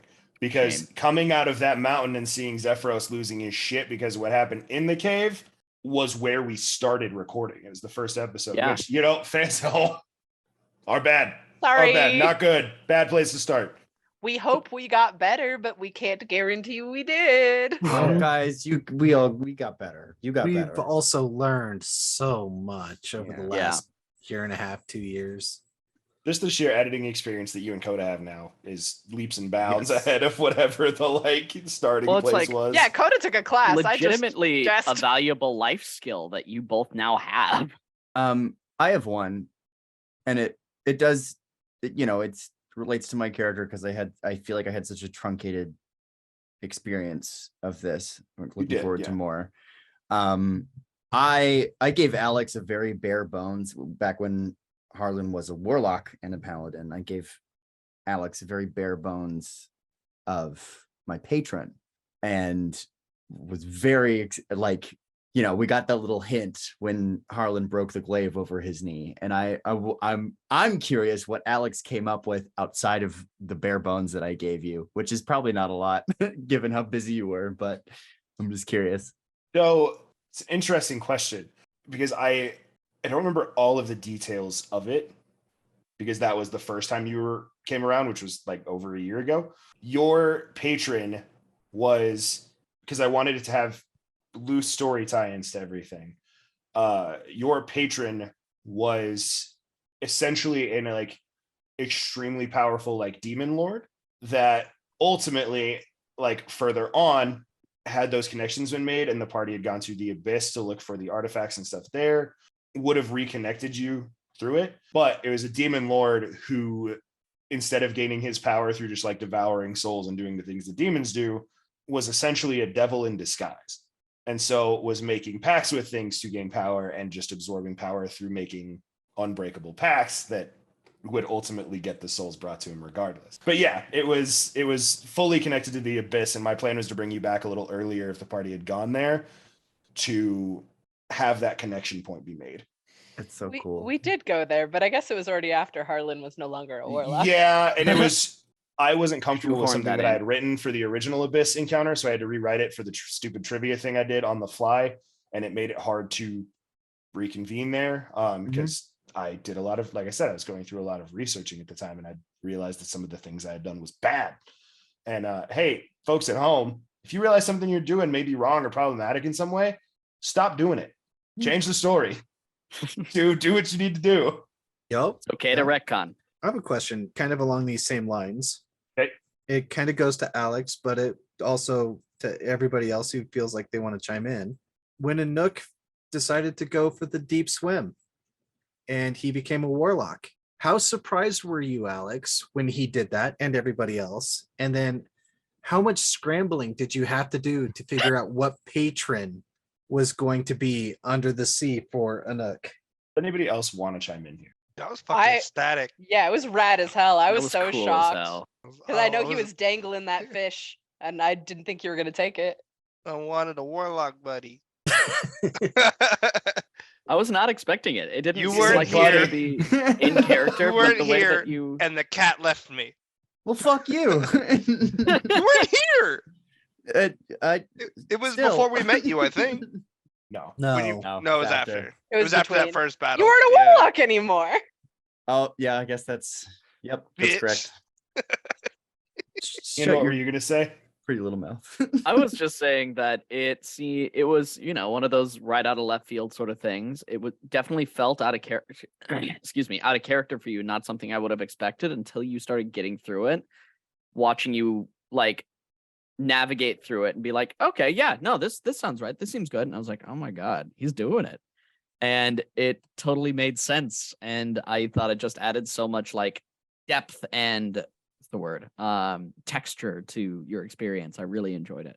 Yeah, I was really excited, and then the second Alex described the physical changes, I was real pissed because I had finished the drawing of a Nook.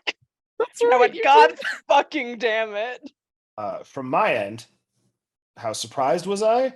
Not, namely because, and I don't know if you remember this, when we first started playing and talking about a Nook, you had mentioned in passing about how Druid Warlocks was a cool concept you had, and you were curious about it. And then you started playing a Druid in the campaign, and I went, I should be ready for this. And so how much scrambling did I have to do?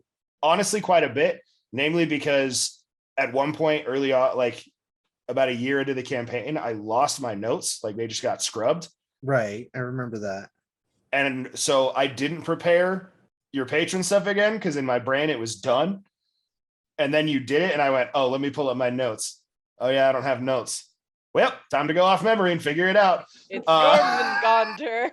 So it was a tide serpent. Yeah, I still think it was a very, very, very cool character choice for sure. Anybody else? Questions, plot points, anything like that that's come up? I was curious as one of the three who came in with a different character. Or I guess Zach tried and then came back. Did y'all have any backup character concepts that you had in mind for this campaign? Not really. So you just did it on the fly. I'm like, oh fuck, Argus.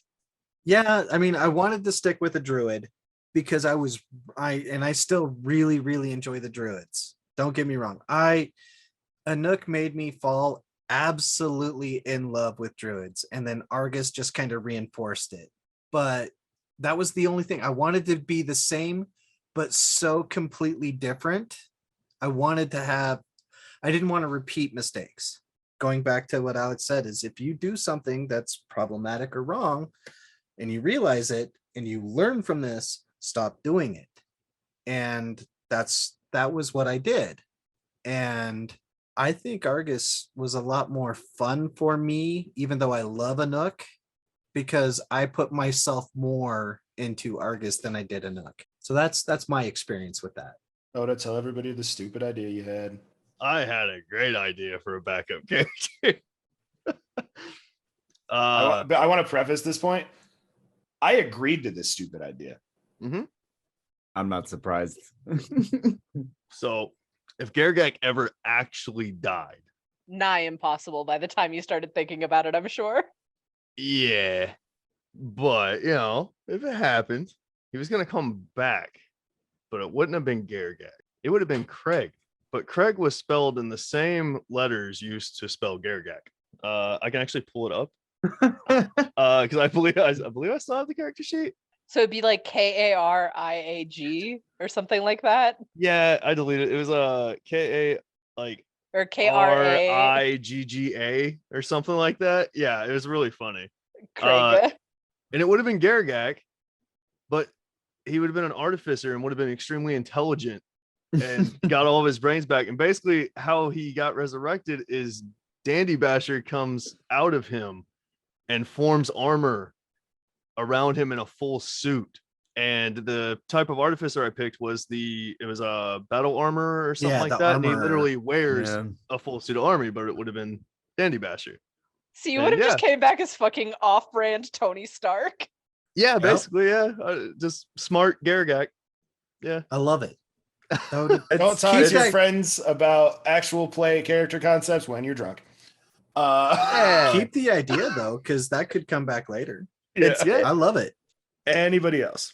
I had a questions. Couple. I had one. So the first one would be not really just more of like a statement. It's more of like a question. Like, so those of you that don't know that watch the show, I randomly get into a super creative mode.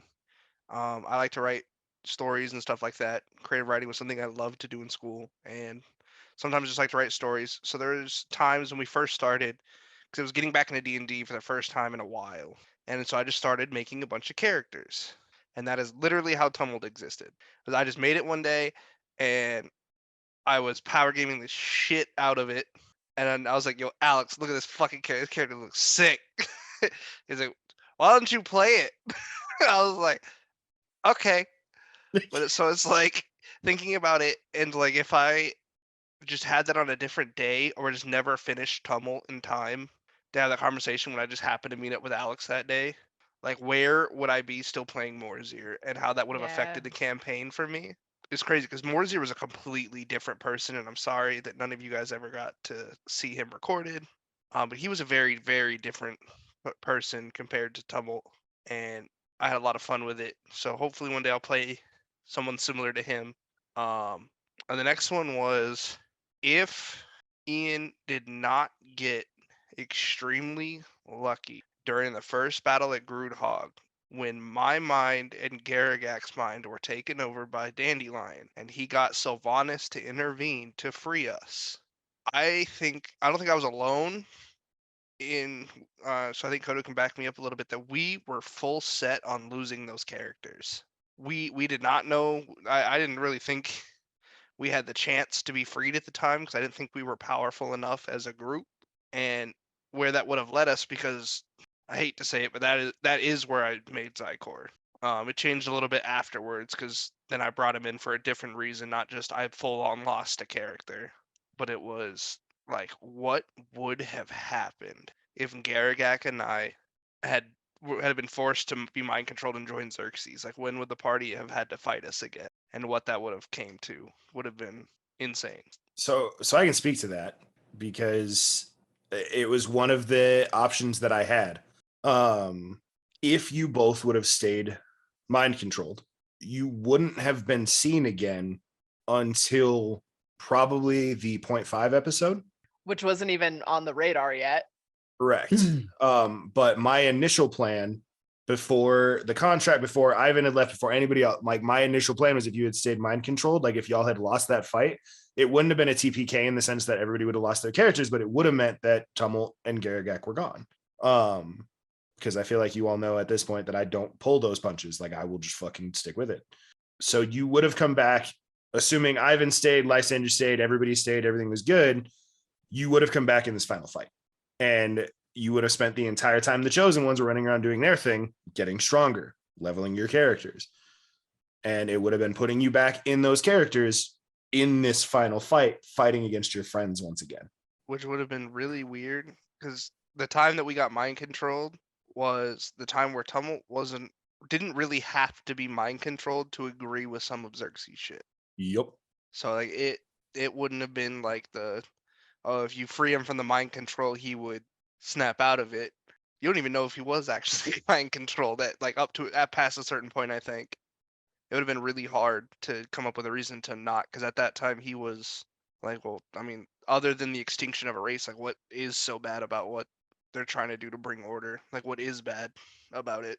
So That's very good. there was that. And the last one was, I don't know why, after I had made many, many, many points about how I was never going to activate the aspect of Vecna, why it triggered me so much to the point where I just did it when I found out Dandelion killed Grim for no reason, and just went on a rant about the whole friend thing, and where, like, it would have ended similar, I'm sure, with this for myself, but like, if I had the option to speak with order to receive a deitic power, what would I have done? Because it wouldn't have been, I definitely wouldn't have wanted the Vecna.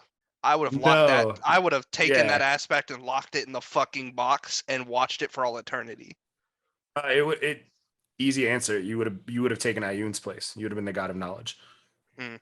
That's yeah. And so that it's was like, if that happened, like the choices I'd make at the end would obviously be vastly different. That's all I wondered about. But it was like that last minute, just in the moment, it felt so right to just be like, no, Tumult lost his mind.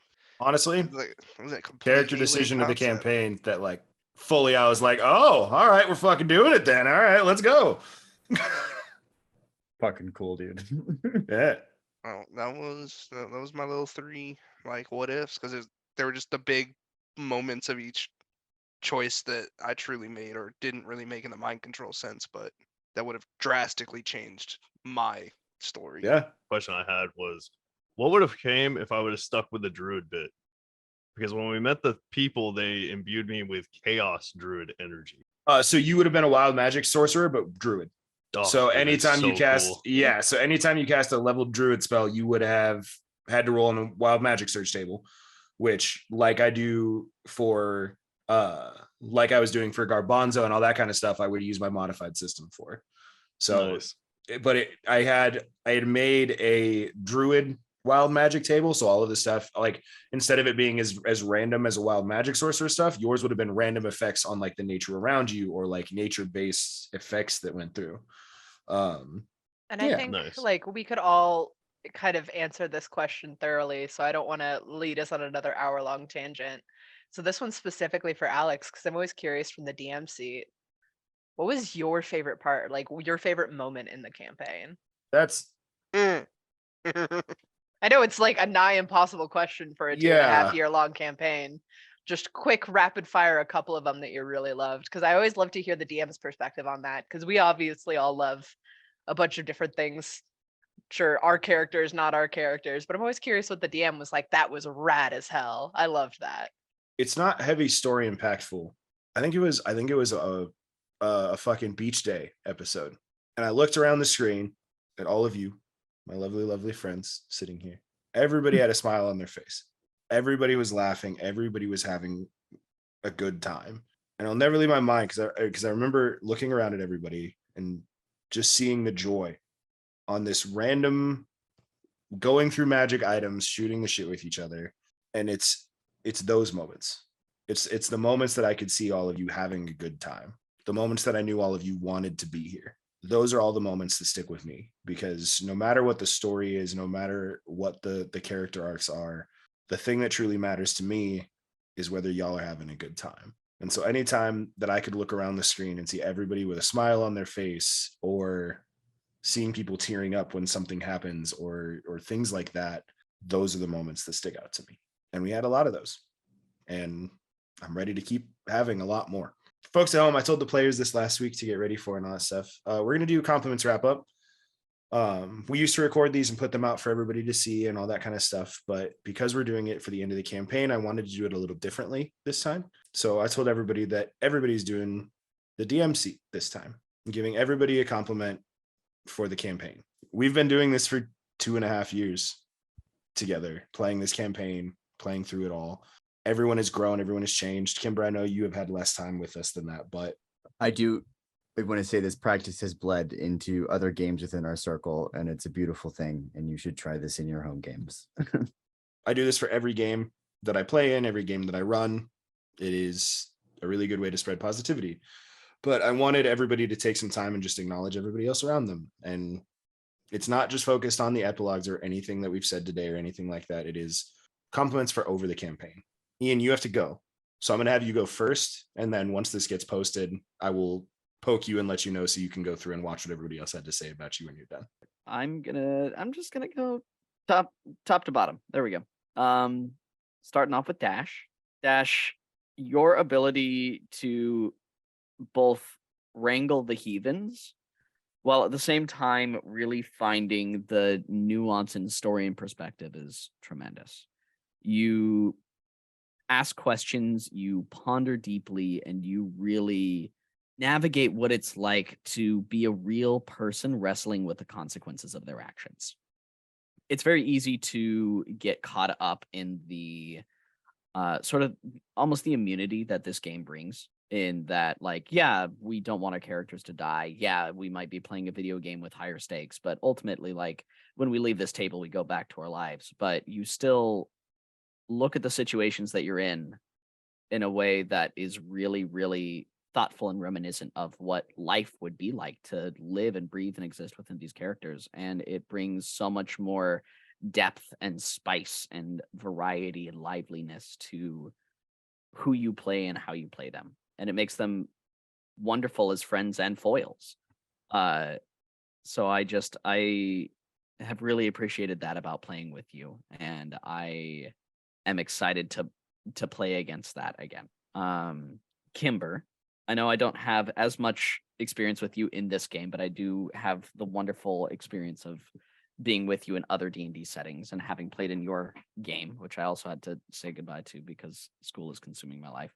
But it's going to sound so bad because I just did the whole thing with Dash, but you're so sassy and I love it so much. Fucking difference. You're just You're Yeah, so yeah. sassy. What the fuck? Thank you, Uh, Ian. I'm sorry. You bet. No, but I don't mean to diminish from the fact. But you clap back in a way that is, it's exciting and it's fresh in a similar way to what I said about Dash. Yeah, you're not and afraid of conflict. You're not. You embrace it, which is valuable because conflict is necessary, especially inter-party conflict, especially when we're fighting the end of the world. Everybody can't just be like, okay, all the time. You play characters who are deeply moral people. Doesn't matter what those morals are, but they stick to them. They adhere to them. They have a very specific code. And it's wonderful to be able to grade against that and to fight alongside that. You are, throughout this campaign, you have played Harlan, who is both a powerful friend and a fierce enemy. And the two sides of that coin there's a thin barrier between the two. Yeah. Which isn't a bad thing. And it's exciting and it's fun. And you're just a lot of fun to watch.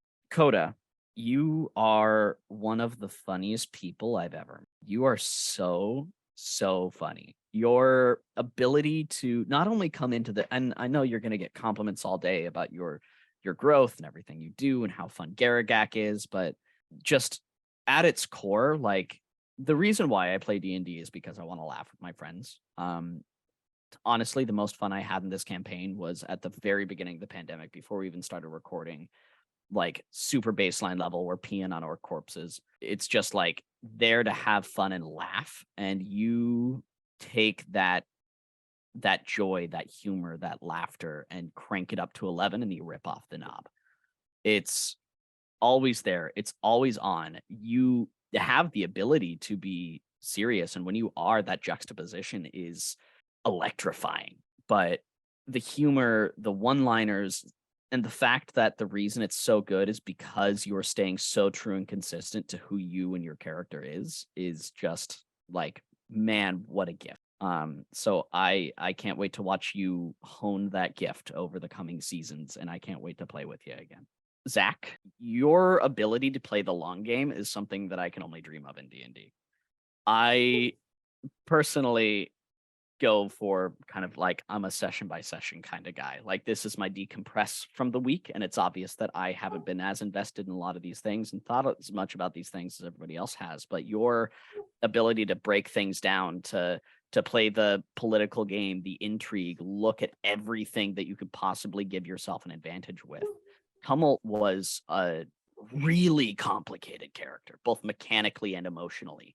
And your ability to manipulate the strings of fate using him as your vessel was just chef's kiss. It was spectacular. The way your brain works in conjunction with this is fantastic. And yet you still have the capacity to hit those really key story and character moments. And I love it. I think you're really, really great at that. And your ability to manipulate to your advantage is really cool to watch. Rob, you have so much heart that you bring to everything that you do. And your ability to just be fully into the character, engaged in what you are, and have your motivations clear from day one and follow those motivations regardless of the circumstance. Like, it's not that you don't disengage from the story. You're actively engaged in what we're doing. But the primal focus of what you do is the motivation that you have set for yourself. And in a game, and especially in a setting that Alex has presented us, where everything is nuanced, it's black, it's white, it's difficult to navigate, it is complicated, there are threads everywhere. The fact that you can plow forward like a juggernaut through a wall is wonderful. And you kind of provide a rock in the storm. You are somebody who really kind of kept us together. And, being able to see you and follow you and know that you are always going to be kind of the central person who's always going to go forward with what needs to be done, whether or not we're there with you. It has been such a pleasure to play alongside you and know that no matter what, I've always got somebody I can anchor myself to, whether that's a Nook or it's Argus. It's fantastic to watch the veracity with which you play this game. And finally, Allie, as I'm sure you're going to get all day, you're just so wicked fucking smart. You're like, I know a part of it is like playing a wizard, which is like, you have mechanic stat blocks for every class, and the range of possibility is like 1 to 8, and the range of possibility for a wizard is 1 to 800, but you played it on fucking 10,000. It's insane, the stuff that your mind comes up with. And not only that, you're still character driven. Everything is coming from a place of what you're looking for, what you want, from Ivan to Ileana, of just like, yeah, you do a similar thing to Rob. Like you focus on the product at hand, but in the end, like your everything is fully contingent on you just manipulating the mechanics of this very, very complicated system, like a literal wizard. Like I feel like I'm watching a magician at work while I play with you, and you're just so much fun to play with. I've never seen anybody who can do that. It's great. And then finally, Alex, you're one of my oldest friends. You're one of my best friends. You're really great at this game, and you have given me a space that has allowed me to feel safe and secure and at home and comfortable for 2.5 years when I really, really, really needed it. I'm going to miss you guys all very much. I have watched you grow specifically as a Dungeons and Dragons player over the course of about 10, 15 years, something like that. And this is just, I can't believe how far you've come and how far you are yet to go. Your ability as a storyteller is unparalleled. Your capacity to show grace and creativity and harsh love is phenomenal. Just what you can do and what you have built for us is something that I will be indebted to you forever because of what you have given me through this game and through your friendship. So I love you, buddy. Thank you. Stop crying. You're gonna make me cry. You did it. And with that, I should probably get going. I gotta finish a paper and I gotta Go bed. do your homework. Toss to Man. somebody, motherfucker. It's your last chance. Compliment Um, yourself, dickhead. Oh, yeah. Hi, Thank Emma. you, Gimber. I got so Hello. Hey, honey. Hi, Emma. We'll miss you too. Yeah. I miss you too. I left Emma I in the last did- episode. I did the most work, right? That one time I took off all these clothes. Was that in this game? Yeah, that wasn't this game, and I died. I did so much work. You're welcome. everybody. Gimber is correct. You didn't compliment yourself. No, you're right. I do need to compliment myself. For myself, I'm glad that I started this game with a dinky ass concept, and I feel like that's kind of how all 1 to 20 games eventually go. It's like you start with a joke, and then Hoobass the clown is giving a eulogy at the end of the world, But I started this by taking an idea from a funny NPC from World of Warcraft and turned him into my favorite character I've ever played.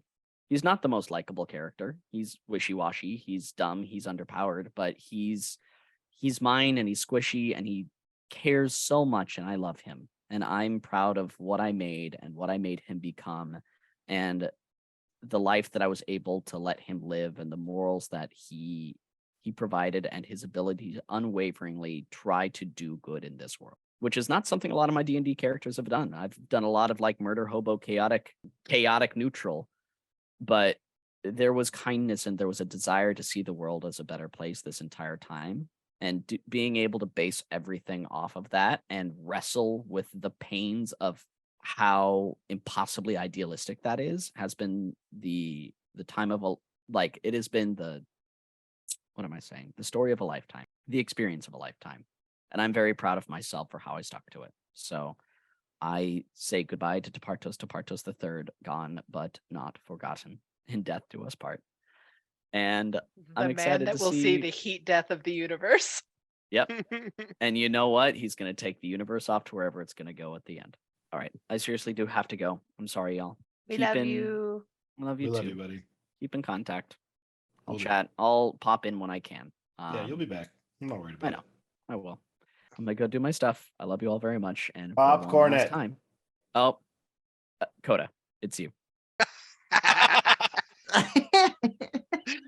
Yeah, that's what we're doing. That's what we're doing. That's how we're going out. All Hey, right. Coda, guess okay. what? Bye. Bye bye. Oh, All right. Yeah. So it's my turn. Yep. Yeah. Comments for everybody. All right. Here we go. All right. I'll start with Dash. So I liked how you just stuck through the fact that 90% of us didn't really talk through half the campaign, to the extent that you turned Lysander into straight mommy mode and said, I'm sick of this shit, and was like, everyone just fucking go this direction. We're going right here. You just kind of kept on that voice. I had Like, to pull two motherfuckers out of the plate of air and be like, no. yeah. Yo, yeah.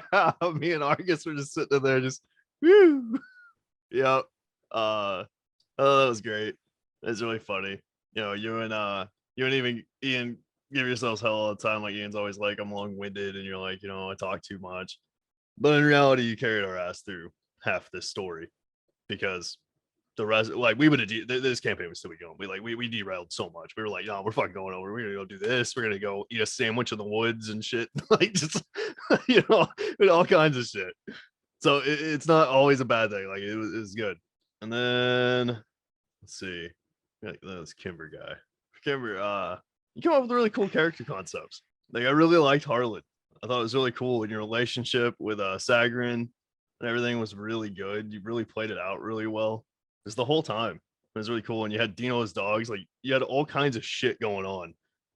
And initially you were just here for like a tidbit, but you still wrote this whole fucking story. Yeah, a tidbit. I don't know, man. Is that something you guys don't say? Is that a South thing? No, I just No. love it's like you were Okay. just here for a tidbit. It's like I love that. Yeah. the blessing and a curse, Coda. Yeah, To have a brain like that. Yeah, you were just here for the Groot hug section, and you had this like whole backstory, this whole character development, even though you were just like basically doing a one shot at the time. And it was really cool. Like, the whole story was really good. I guess we'll do Zach here. Let's see. It took you like 3 characters, but I think you finally got it down. I think you finally really wrapped it up at the end there. You kept having to kill them off. You're like, no, that ain't right. Scrap it and rewrite it.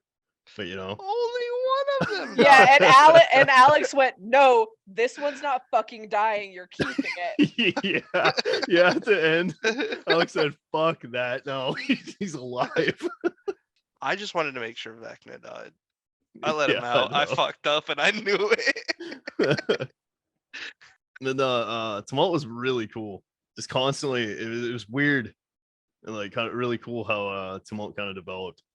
When you start out, you were just are you doing a mission, or you're a merchant? I was delivering some alcohol to a Yeah. tavern in whatever Waterdeep? Waterdeep, Yeah. and you guys found me on the road because I was just trying to make money to start my adventure to go figure out how to get all out of my head because I didn't know he could leave yet. Mm-hmm. Yeah. So you started from like that, and then you went on to just studying the shit out of dragons, and inevitably ended up resurrecting them. And Dude, who would have thought that would have paid off in that way? right, like, you went down such a path with Tumult, and then in the end you just ended up as like, it's like it's like Tumult went through and just gained all this knowledge, right? Went through, studied all these things, learned all these things, and then just became that like guy who's like smarter than everybody, so he becomes like kind of an asshole. So then Tumult just starts shit talking everybody, like, fuck you, Danny. Everybody we fight, no, fuck this guy. Gargack will teleport and block the attacks. What are you gonna do, bitch? I could That's really teleport good. and make Garagak take the attack, bitch. Yeah. That's really funny.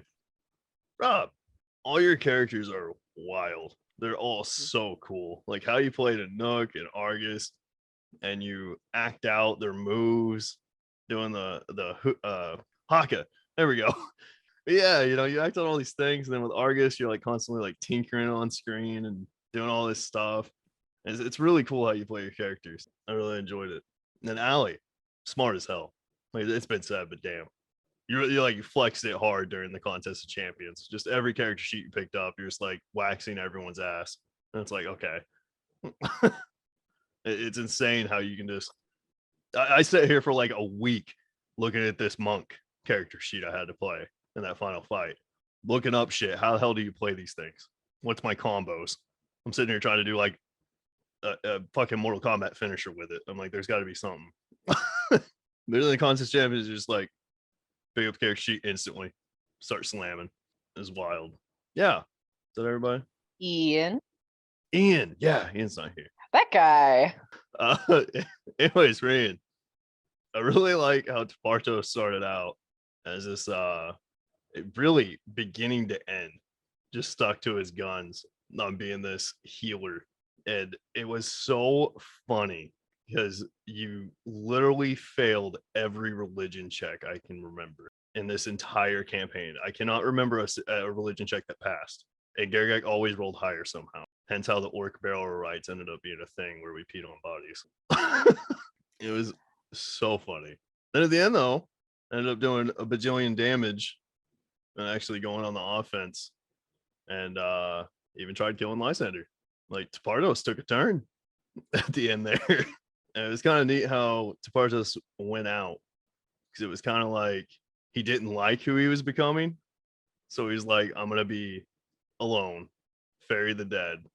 There's like I mean, I don't want to make like character decisions for Ian, but it kind of seemed, my perspective, like he didn't like the course he was taking and the path he was going. So he's like, all right, I need to get away, ferry the dead, still worship Sylvanas. I thought that was really cool. Alex. Yeah.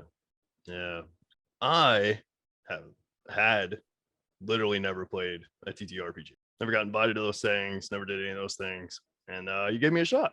Just based on Zach being like, hey, I got this buddy. I'll let him in there. And I really appreciate it. It's been an awesome campaign. Got to meet everyone here. Never really felt like the odd guy out, even though I was like kind of the new person. So it was really cool. It was a really good environment. Great first experience. I can't wait to continue playing.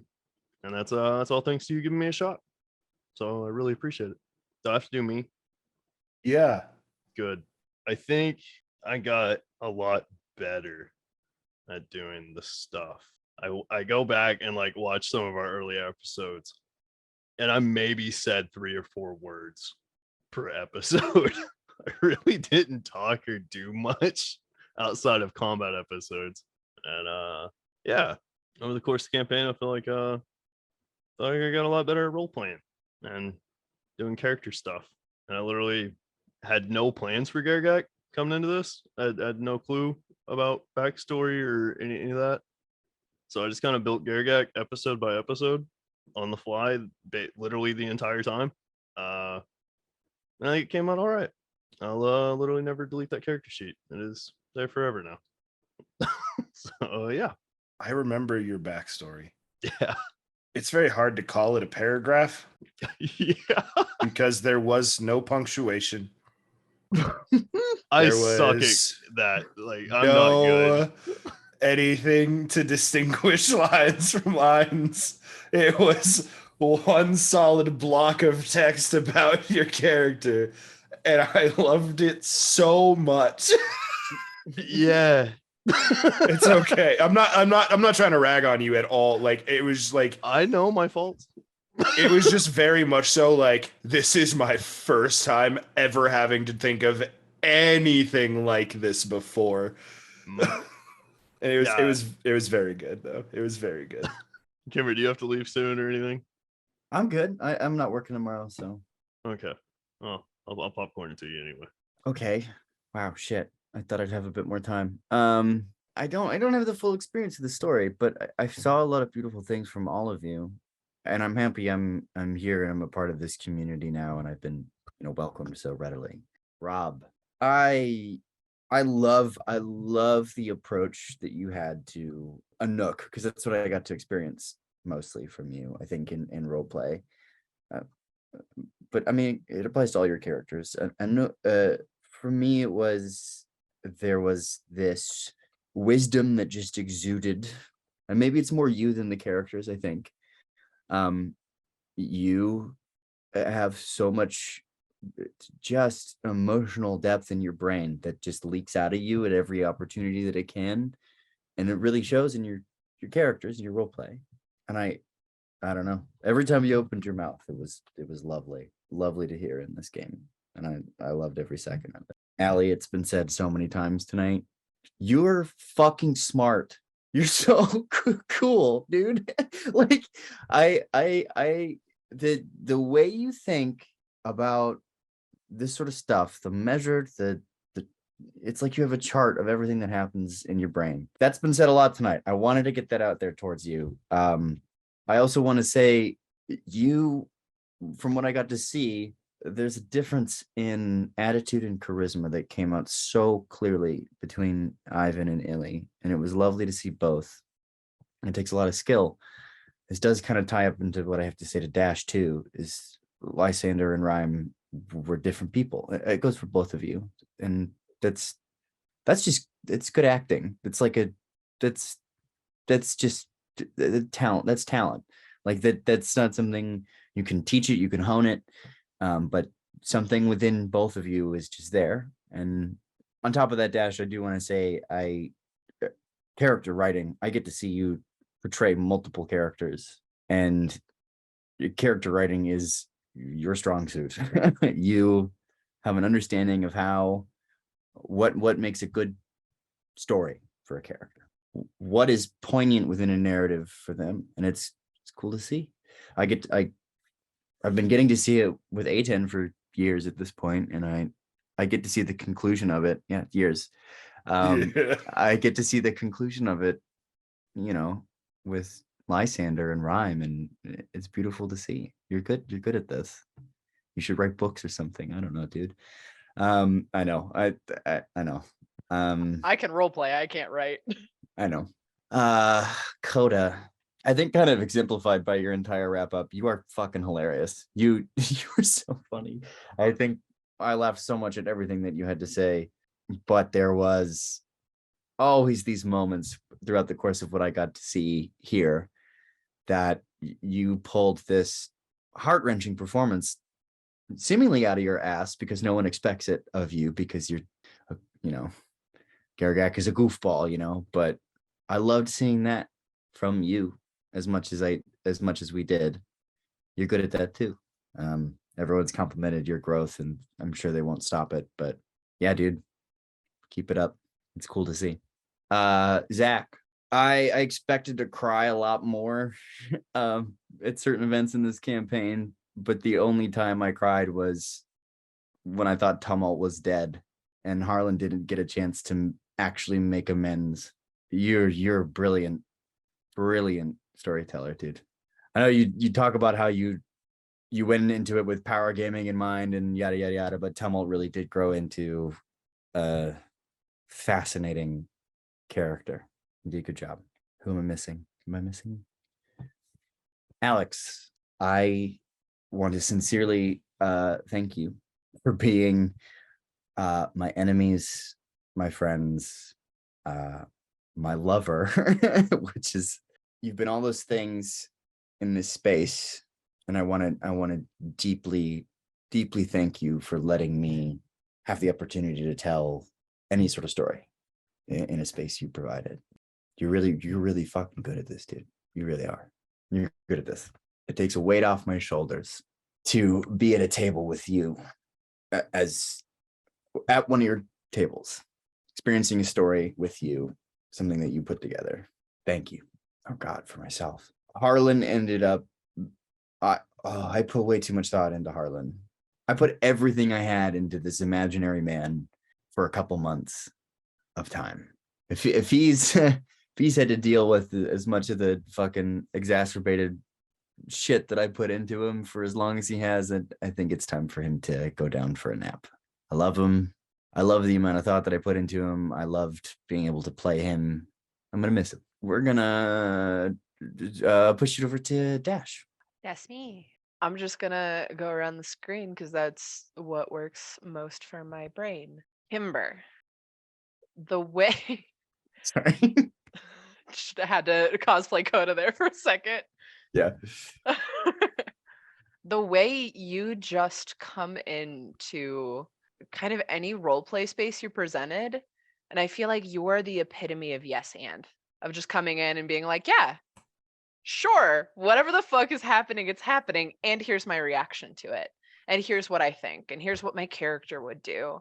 You've just rolled with every fucking punch, especially coming into 2 separate middles of this campaign and being like, here's everything we did, and you're just like, sweet, y'all are fucking idiots, but here's how we're fixing it. Or like, oh my god, what is happening? I guess we're fighting God? Cool. And just like putting so much heart and so much nuance in the and, but it's always yes. And that is a very unique skill to be able to just roll with stuff and not really have to think too hard about it. Like, I know Coda and I gave you shit literally the other day about I'm gonna yes, but that's only in combat. In roleplay, you'll fucking go off and be like, no, this is exactly what I want to say, what I'm gonna do. And you're always responding to the world in such like a unique way, and that's so incredibly cool. Zach, I remember way early in this campaign getting, I think it was a Facebook message from you being like, yo, do you not like me? And I like had to sit with that for a second and be like, no, I don't. And then I was like, oh, you just made a fucking character that pissed me off. And like you put, and to the end, I think Tumult did piss Dash off a little bit through and through. But like you put so much thought into your characters, and even if they're not like an inherently deeply like likable person, every now and again you'll like pepper in something and be like, hey, here's why, or here's how I got there, or here's why I'm responding to that way, or taking stuff and turning it up to 11 and being like, no, this is an act, like this is what I'm doing, this is how I'm playing this, and being someone so willing to make even like like mildly too extreme. Zycor was more on the extreme side of like an abrasive character in a multi-year long campaign and make them a deeply like beloved and lovable character, even if sometimes they want to make us like pull out our hair, but knowing exactly where they're coming from and what they're doing. You've just put so much thought into Tumult, and I've seen you grow and how much thought you've put into Tumult, and it's just been an absolute blessing to kind of watch you grow into this character and like put in explanations and put in logic for basically everything that he's doing. Tumult never did something without a reason, and that is so fucking cool. One time There- without reason. Yep. Oh, that was the very end. I had fair. no reason activating that aspect of it. You literally just said you did though. Like the reason Like, was you were fucking pissed off at Dandy, and you went, I want this man to die at any and all costs, and I don't know if this is going to work. Like even if you didn't explicitly think that out in the moment and just went, no, Vecna, I need Vecna, you put logic to it, and you're like, no, Tumult would do this, and this is because X, Y, and Z. And that's like so fucking rad to just see how much you put into this character for so long. Rob, I'm going to echo a little bit about what everyone said, but with a slightly different flavor. You are so genuine when you play. You do not hide your reactions. You do not hide your bits. You do not hide your jokes. You just commit fully. And when the story hits you, we can see it hit you. And that is so cool and so pure. And you bring like that genuine sense of you into the characters that you've created. As much as you love Argus and Anouk, I love the parts of you that I see in them and the parts of you that you bring into them, because it was there. Like your friend fatherly mode is in Anouk being the one to want to feed and caretake and figure out and bring the joy. Your fucking chaos streak is Argus. Like that is you in there being like, what if I let the impulsive thoughts win just once and did stupid shit? and just seeing how much of you shine into your characters. And that's why it's so easy and so natural for you to act those sort of things out, because it's you're in that. And for everyone loving those characters, we're loving what you put into it. And I absolutely love that for you, and seeing that. I'm excited to see the bits of you toss into all these other characters coming forward in next campaigns, and I'm sure glimpses in NPCs and stuff like that as well. Allie, everyone said it, you're a fucking D&D genius, great. But I've seen you That's it. Compliment over. yes, done. Problem solved. Rapid fire. Good for you. Good night. But the way I've seen you grow into Illy is so amazing.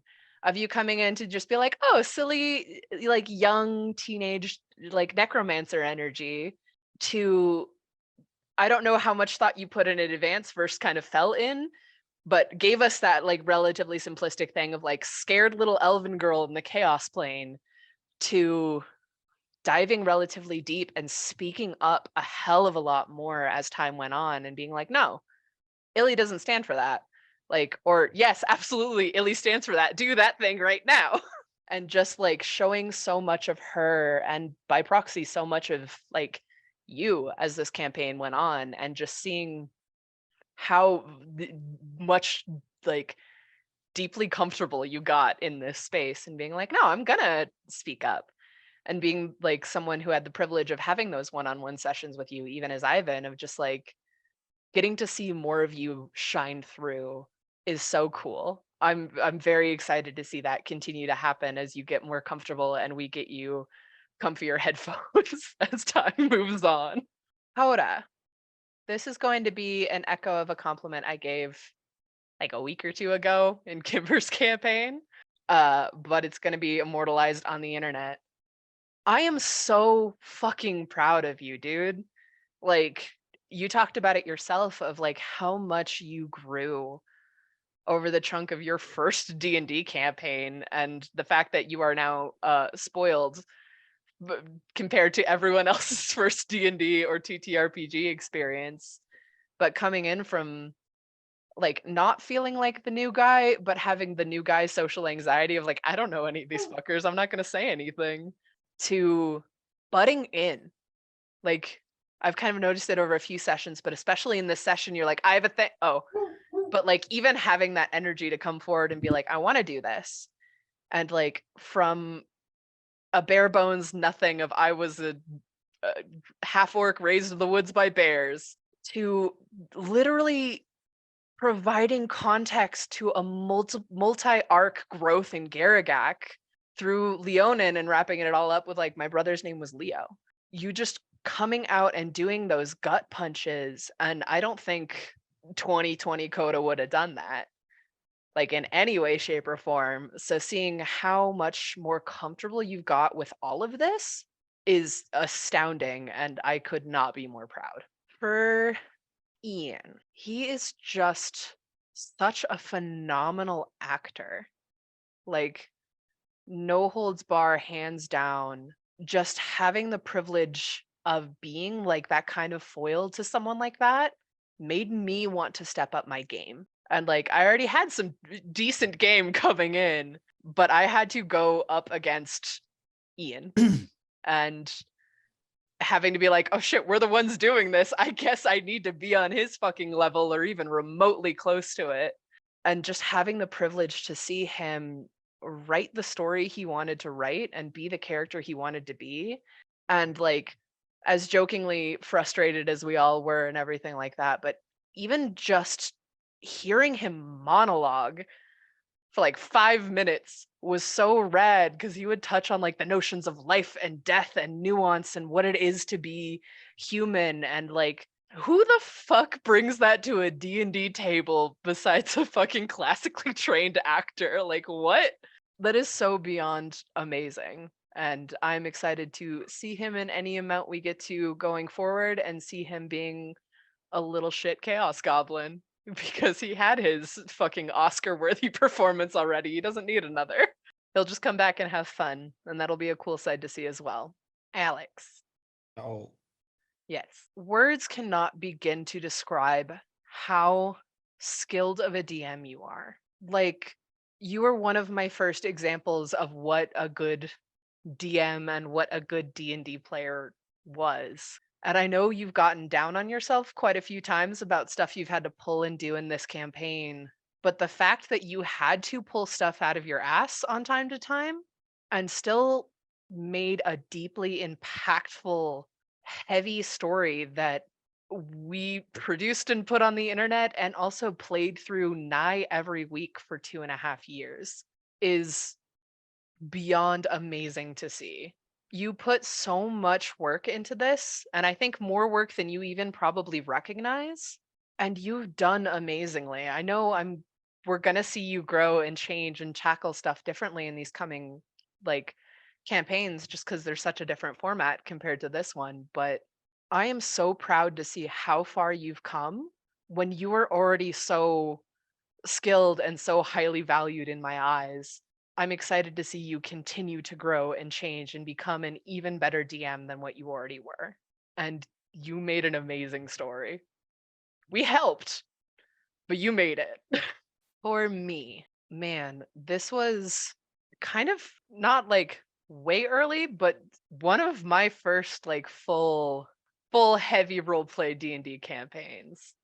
I've come at things from like the DM seat and played more loosey goosey home game style stuff for most other places, and being able to create characters that I love as much as I love Rhyme and Lysander, and being able to portray those characters and find kind of things about myself through them, and like the way I role play and the way I shift things was so awesome to be able to do in this space of like embracing being a monologuer sometimes, paired with embracing being a fucking off the cuff improver of like, I know I've joked a few times of my sister wasn't going to exist until I just said a thing in passing and went, oh shit, I guess she's here now. And she became a huge part of Lysander's character. And just being able to kind of roll with those punches, paired with like making an interesting character base and growing kind of along and because of all of you, was such a cool experience to be able to go through. And I'm really proud of these characters. Who is just, oh, Kimber, you got to compliment Ian, right? Yeah, I forgot to compliment Ian. Sorry, bud. He's You're not on just, screen. you're just that forgettable. I'm kidding. Wow. Get him. Ian, you fuck. You are the reason I am here. You introduced me to these people because I met you 2 years ago at a mutual friend's birthday party in New York. And I was like, I hear you're into D&D. And he's like, yeah, you should come over. We do it at my house. And I did that for a few weeks, and then COVID hit. And I was like, Ian, man, I want to play some D&D more. And I started the game I run. And eventually Ian was like, hey, you should talk to Alex and Dash. You should meet all my friends here. And I'm really fucking thankful for you, man. Like, you're fucking, you're the reason I get to do a thing I really fucking love with people I love. I love you, man. I hope that you are successful in everything that you do. And you should visit me in Brooklyn sometime, you bastard. Yeah, I love you, man. Now it feels like a eulogy. He's not dead, he's just dead to us. No, I'm kidding. I love Ian. I'm excited every time he comes back. So I will popcorn it to Allie. I guess I'm just gonna. A lot of everything has already been said, so I'm just gonna like name either certain character qualities or moments that happened that I really liked from each of y'all. Oh yeah. Each of y'all characters. Let's start with Zach. Mozio got Gum Gum on our side. Like enough said. Like that's it. Just perfect. And then there's the back and forth with like Oli Tapato is always fun. Tumult, I really liked the taking the 6 months or whatever to go dragon hunting and like learning about dragon resurrection and like finding out where these big dragons are. I just think that was a really cool thing to do. I just really like that. Zyko, I really liked how he always questioned everything, and it was great, and I loved it. I loved every every argument, every time Zyko was right, but people were pissed off about. Like, I loved all of it. That was great. The character we needed, but nobody wanted. Yeah, very infuriating at times, but very great. Loved it. Lysander. I don't know why, but I liked when you jumped across, like when you finally get like into combat and you like jumped across the gap to like go like, okay, next target, and then just go. That was a really fun moment. And then Lysander just always felt like they were pushing the story forward. You were definitely like always like there with narrative, and it was great. It was really fun. I feel like Rhyme was kind of like another Zyko, but everyone didn't hate him. Like definitely questioned a lot of what we did. Yeah, I think the key But- difference, now Zach come back, was Rhyme asked why and then went, oh, okay, and then moved on. So like didn't Yeah. actually question the party. But I did really enjoy Rhyme for like that reason. It was another like finally questioning the party again and like what are we doing? Like you put things into perspective. And I like that. Hollandino, just the way that you make character. I mean, it's been said before, but the way that you made the character like the Vorlock Paladin combo, but you were all about like justice. And this is more prevalent when you came back just recently. It felt like your one goal was to get Lysander back and like prevent conflict. And like, does that prevent conflict like the biggest thing that like you kept trying to step in between people and like calm people down? And yeah, that was great. Rob, both Anouk and August, just the way that you played them, just so much creativity and like how you weave the spells and like how you cast them. From like August would cast using like Gerkak said the H thing. I don't know how to. Yeah, you want to say who Okay. could do, don't you? Yeah, I do now. I I'm really do wanna say saying. Gerkak. Yeah, I hear that's a smoking thing. Yeah. I- Just tidbit. Haka. Okay. Yeah, that was how Anouk would cast some of those spells, and it was just really great. And then August just the always tinkering with something, like always in that creation mode. And I really love how you got that aspect of creation and then God of creation. Like I think that's super fitting. Garagak. I just really loved through the flower at Sulan. Like this dude's invisible. You fuck him up by like making a tripwire, like just fucks up his movement. And then he's like, okay, I'm gonna hide now. And you're like, no, you're not. You just throw flour at him. This is the way you utilize like mundane items to really like interact with the world. It was really great to watch. And Alex, so many different characters. Yeah, I so expect something about every character I played. A full written up Yeah. essay. Yeah. So I'm gonna do what you like to do sometimes and compliment for all of them lumped up. But really, like you keep track of so much stuff, both in like characters and environment and like story, and you're always like coming up with new scenarios for when we do something different. And even though you have very little time, it always comes out great, and like it always fits, and it always feels like it's always better than the last time too. Like you're always improving on it. And I had a really fun time, both like with the story and like how this all played out, and even like in combat. Like I love combat. I love doing small combat tricks, and I love you as a DM because it's not like going to Adventures League and like I fuck those mindlessly. guys. Yeah, like you actually have mechanics to your fights. You actually have like things going on that you have to pay attention to and figure out, and it's just it was so fun. Thank you so much. And I guess that's a compliment thing for everybody.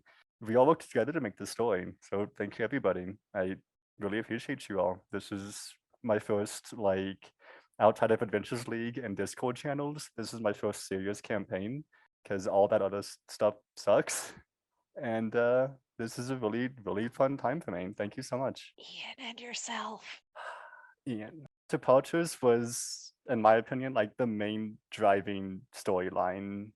I don't even know how to explain it. Like he's always like there. He's always either participating or contributing to like moving the story forward in a meaningful way, either for his character or for somebody else's character. He's just so good at what he does. I don't Sorry, I'm know. making faces at Coda eating incredibly slowly this mystery food. Ian played a very serious, but also kind of goofy character, and it really showed. Like I had no idea who Ian was before this campaign, but it really shows that he has a background in theater. Like it's really fun watching him do these monologues. Is that the solo thing? Yeah. Yeah. I don't know. It's just really fun. I really hope that he comes back soon and we get to play more with him. For myself, I liked when I cast Hypnotic Pattern and the Golden Fields fight, and then I used hands to shake Lysander awake. I just feel like that was a fun moment. That was Ivan, by the way. Yeah. Yep. And yeah, I don't know why that stuck with me, but that's what came up. So that's what I'm going with. And also, it was just fun. You know, whole campaign's fun. Is anyone left? Is that the last one? Rob and Zach both have to go Rob still. and Zach. This has been a very long wrap up. All right, Rob, go ahead. I'm going to repeat a few things that have already been said, but I'm hoping to bring something new with each person. I'm going to start, as we all have, pretty much around our screen. And Dash, you have a skill and ability I am truly and honestly envious of, because I am not trained in it. That's note taking. The number of times your notes have saved our asses it's uncountable, unless you like really paid attention and you go through and it's you saved us so many times. You play great characters, your characters are amazing, but of all the skills that I have, I do not have note taking as a skill, and I am truly envious of that, and that is amazing, and I love it, and it has been so helpful for all of us. Weirdly, I only started doing that with this campaign. Oh wow, I would have never guessed. took terrible notes in college. Previous D&D campaigns, I had rat 5 gold sewer trash, and I'm like, what the fuck does that mean? I've tried, and it's just a skill. Out of all the skills that I have, it's just a skill that I do not have and cannot seem to get a hold of. Party needs one. Yep. I am the wall. So I appreciate that. Got to skip you because you're at the end. Oh, Kimber, Yes. I have fallen in love with Harlandino, damn.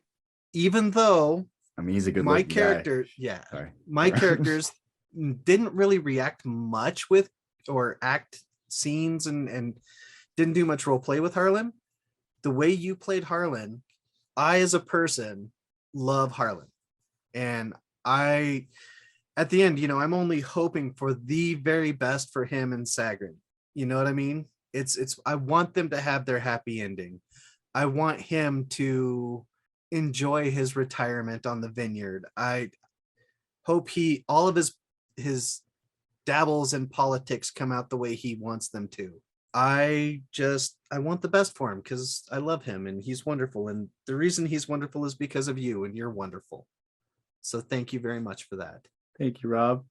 Zach, you have this ability, and kind of like a note taker, every group needs one, but you have made characters that rub people wrong for the best ways. And the fact that you are courageous enough to be able to continue to dig and be coarse, and you're like sandpaper. We need it. It makes things smooth, but boy, is it hard to rub up against. But you're courageous in the fact that you play these characters that we love, but also are not very lovable all the time. And that's fantastic. And I love it. And I've had a really, really good time playing this campaign with you. And I look forward to more times playing in further campaigns and seeing just what characters you bring to the table and how they interact with everybody else, or if you decide to change and not be that coarse character. Just I'm looking forward to seeing what you do. I really, really am. I have loved your creativity. Everybody is, and I loved your intelligence and seeing how smart you. If anybody could win D&D, you have won. But the creativity in the characters that you have played, I mean, hands and sanitizer and X, and I would have never thought of using familiars that way and doing that with familiars. Illy, oh my gosh, my sweet Illy. The fact that you played this innocent, naive little girl that turns out to be this necromancer, it's very creative, and they're amazing characters, and we wouldn't have had them without your creativity. So thank you very much for that. Coda. He's eating his fruit pearls, man. Leave him alone. Let him eat his fruit pearls. No. It was hinted at earlier, and I'm going to say it again because I think it's to me, it's very interesting. Again, kind of like Dash in the note taking, but your inventory management, man. The fact that, oh man, I've got pythons and I've got rope, and I'll make this trip line in the middle of combat, and then I'll throw flour, or you had these things that we had forgotten you picked up, months and months of our role play time ago, a year, and you still have them in your inventory, and you're like, oh yeah, I'll just use this. Wait, you have that? Yeah, had it since such and such, and you backed it up. You knew when you picked this stuff up, and it's just like, and you used it so well. And of course, I love playing buddy cop with you. Your characters were so easily worked with.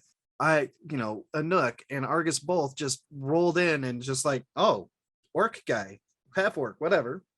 You're cool. Like you're my new best friend. And yeah, it was just super easy. And that's you and possibly my personality just working well together. And I really, really enjoyed that. And I look forward to more of that with you. Ian, buddy, you may not know this, but you inspired me with your role play to up my game with role play.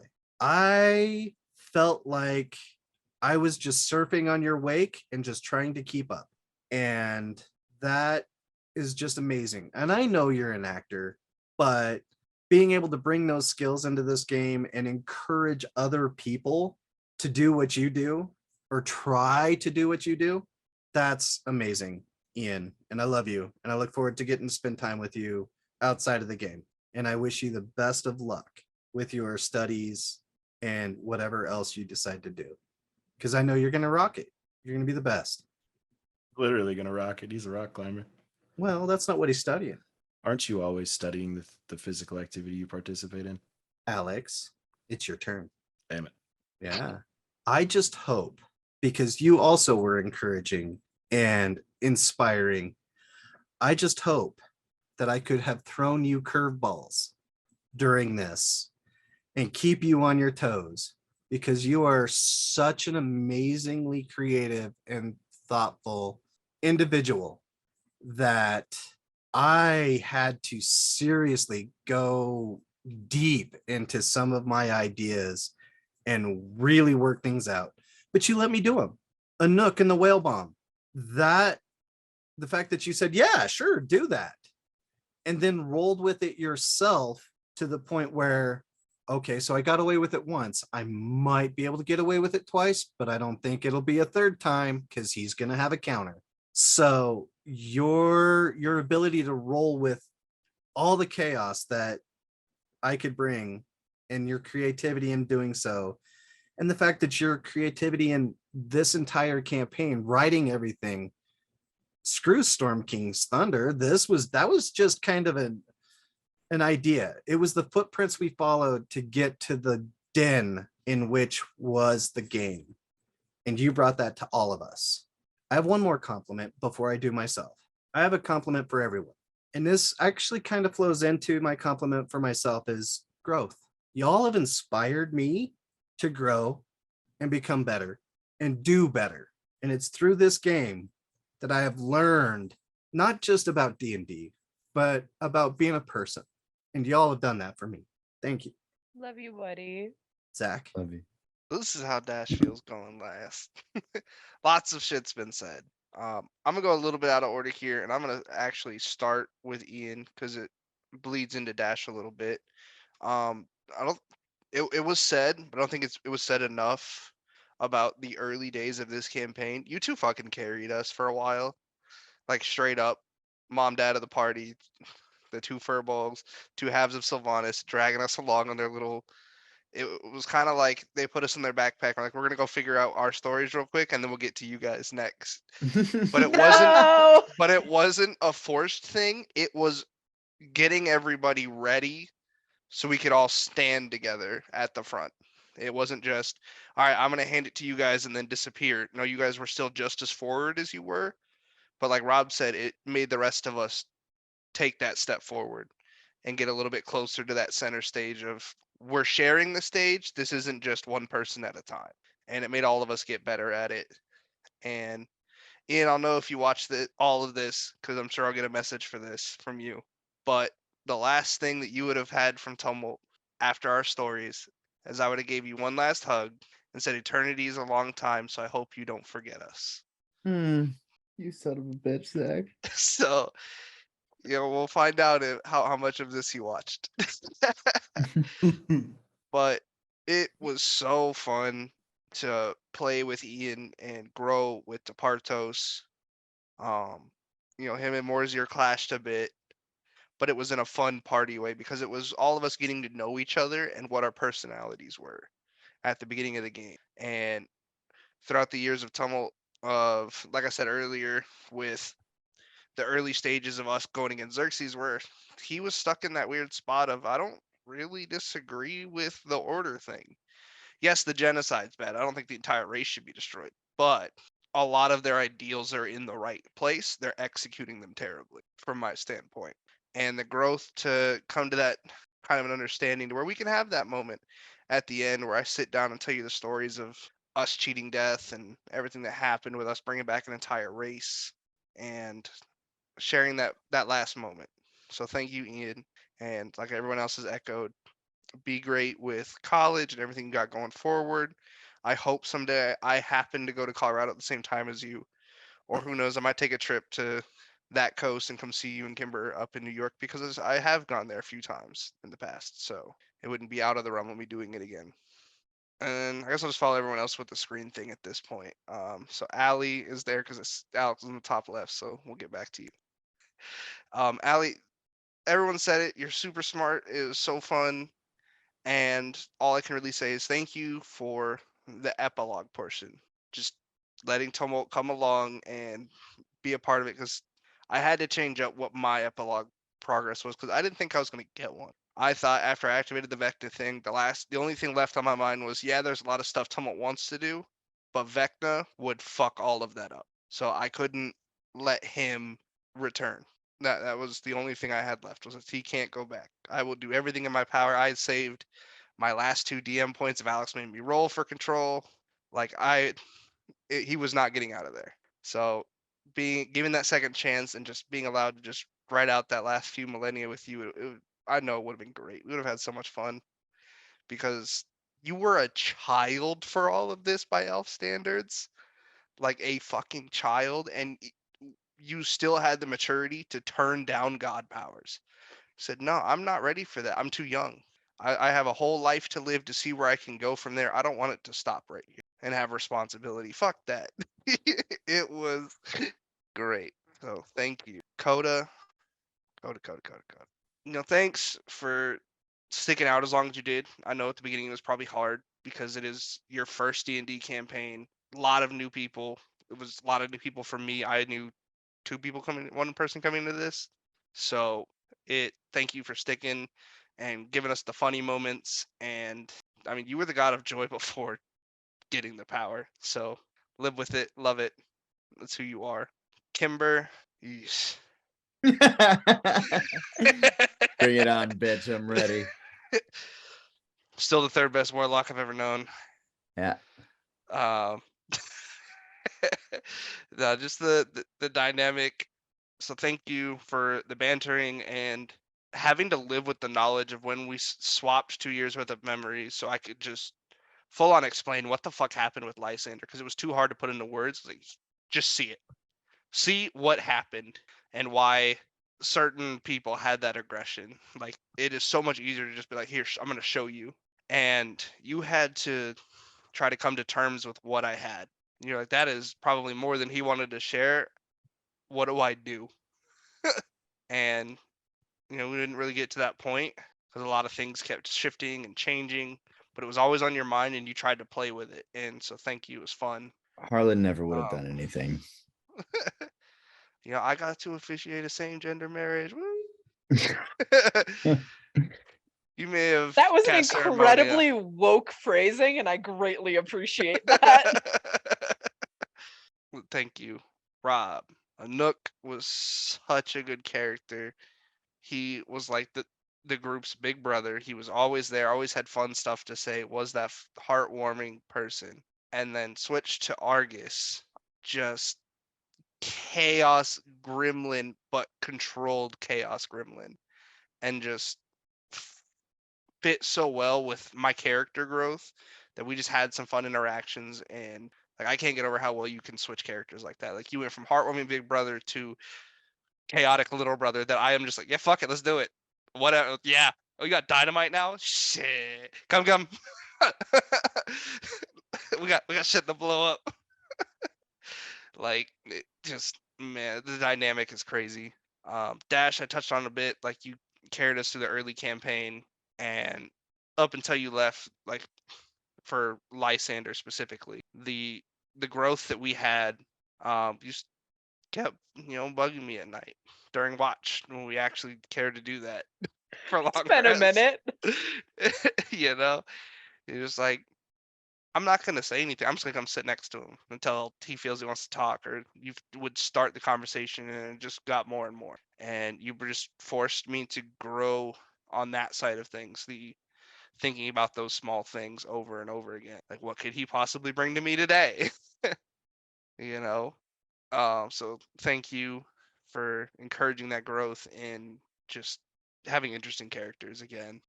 Which brings us to Alex. Man, like Rob said, I hope at least one or two times I spun your head for a loop with some decision making and some plan of action that I had in a fight that just kind of threw you off a bit. As fun as it is for me to design stories and think ahead, man, you cover so much. like, it's insane. You said it earlier, like you were planning campaign 4. Like, man, for all you people watching at home, please show that man some love. Like, that is insane that he has got that far ahead. And with all the crazy shit that we've done in this campaign and going off the rails, the fact that I know he'll be ready for everything we have for him in campaign 2, might not be ready for like everything, but he'll make it work. Like, hats off, man. Hats off. Like, I can't. I could never. So, Hey, and then I can't either. You're good. I want to be half the DM you are when I grow up. for real. Me fucking too. Oof. And then for me, I got to pretty much show 3 different sides to how I approach D&D. I'm sorry, audience, you missed one. It was more Zir. I had fun, and it was cool. And then I just happened to have this cool character concept with Tummel, and he ran with me from that point forward. And there was a crossroads after the whole mind control thing that I was like, I don't want to switch characters. I don't want to switch characters. Don't want to switch characters. And then like a day before we were going to record, I messaged Alex saying, I'm going to switch characters because I couldn't feasibly find a reason that he was ready to come back after 6 months. That was a lot. And just had to distract himself. And when Olam pulled him back, I was like, no, it's time for you to get over yourself. Get back to it. That's what he needed at the time. That was the answer I needed. I just couldn't come to it on my own. And then Zykor was the pragmatic of just look at everything face value and ask that, well, why don't you just do this? The very logical answer, but is it the chosen's one answer? And like everyone said, it's like it was what we needed to hear, but no one wanted it at that point in time. We were on side quest permanently, no main shit, side quest only. Just be able to play a little bit of it and flex my mind in a different way gave me a better perspective for when I brought Tummel, or when Tummel did come back, of how to go forward. and him getting to that similar point of when I started arguing with Tapartos, just fucking make a decision, please. Not just in the fact of you're the captain now, but like if we lost Lysander and they're as far as we know, they're not coming back. We can't keep playing we're going to take 10 days to decide if we're going to do this or not. We just needed to say yes or no, please. And then last but not least, everybody, the win is probably going to give us I'm going to just compliment you all together. Mr. DM, man. Alex, it is your turn for final campaign 1 compliments. And he's Including gonna yourself. keep it short this time. Including yourself. Can't Yeah, skip I know, including myself. Actually, I'm going to start with myself. Ooh, Yeah, crazy, Spicy. right? The story was really fucking good. I had a long conversation with a few of you a few nights ago about everything that I thought went wrong, and Dash mentioned it in their compliments to me. Man, I thought this was really fucking bad for a lot of it. But as we were going through the epilogues and just hearing like the heartfelt sincerity from all of you about like what you were feeling in those moments and the plans that you had made that were built from the story previous, it convinced me. And I'm sorry, I'm very out of it. I don't take compliments well, and I've been getting all emotional about this shit, so I apologize. But I'm really proud of the story that I couldn't have made without you, but that I built the base of being able to tell it and being able to know that it was making you all feel feelings at certain points, at least. I think I made most of you tear up at least once. Oh I think yeah. the only one I didn't get was Coda, Possibly, yeah. and that's because Coda doesn't have feelings. So He left them in the coal mine. right. Yeah, literally the Nook leaving hit me the hardest. I was like, Yeah, I'll get you. We got a long time playing D&D together. Man. That's true. Man, I'm all nervous. I'm gonna like start crying and shit. You're allowed to. I know. I got myself out of the way because I kind of am breaking the mold, as I'm one to do with my compliments. So my compliments aren't about the game. They have nothing to do with the game. It's just compliments for all of you as people. Yeah, I'm just going to compliment all of you as people, and I'm starting with Ian. Ian, you've been my friend since the 1st grade. You, between switching schools and life falling apart at the seams for me, I knew that I was like safe at school and I had someone I could confide in from that young of an age. And I think the single greatest thing that I'm thankful for from you over the course of this campaign is that our friendship is back to where it used to be. You've always been one of my dearest friends, but I'm very glad that we've gotten to reconnect and hang out as much as we have. And I promise you here and now that that's not going to change now that this is over. Thank you for always caring about me. Thank you for always being the friend I knew I could reach out to no matter how long it had been since we'd spoken. From the bottom of my heart, I will cherish you always, and I love you very much, my friend. That's the kind of thing that all of you are in for, so go team. I was trying to do this without looking at the notes that I wrote up for all of these, but now I'm doing You it. made notes? Yeah. So I'm just going to go in the order that these are written. Allie. Are they on a subway receipt? No, they're on a Google Doc right here. Ooh, moving up. Yeah, Wow. I got fancy with it. There's not enough space to write all this shit down on a Subway receipt, no matter how many sandwiches I order. Oh, Walgreens. Campaign Yeah. 2 is gonna be different. That's right. I'm going to King Supers for my receipts so that they're longer and I have more space. Allie, 2.5 years ago, I barely knew who you were. We had met at Amcard a few times at that point, just scattered throughout daily visits or whatever, but we did not have a friendship really. Over the last 2.5 years, you've grown to be one of my dearest friends, someone that I cherish in my life, and someone that I broke a rule I told myself a long time ago just so I knew that I could help you accomplish your goals, because that was what you inspired in me, was to help other people. There are very few times that I've grown so close to someone so quickly. Granted, there are exceptions in this very call, but you and I became fast friends, and you're someone that challenges me in a place where I thought I was nigh untouchable, which ego is bad. You are someone that can match me and make me think that I'm the dumb one in the room when it comes to D&D combat mechanics, Amcard rules, whatever it may be. You are someone who pushes me to get smarter and to keep working and to not get complacent in teaching myself those things, because I know if you're going to stay and you're going to keep playing, I'm going to have to step up my game to match you. Thank you for pushing me. Thank you for supporting me. And most of all, thank you for being my friend. Always cherish you. Kimber, much like Allie, you and I have known each other for no time. It's been probably about 2 years at this point, pretty close. And in that time, we have grown very close as friends. But I've never met someone who would go so far for someone that they care about. You are someone that at a moment's notice would give anything and everything you could for someone else. And it's extremely admirable. And it's a way that I want to be. And it's a way that knowing you and learning from you has taught me how I can be.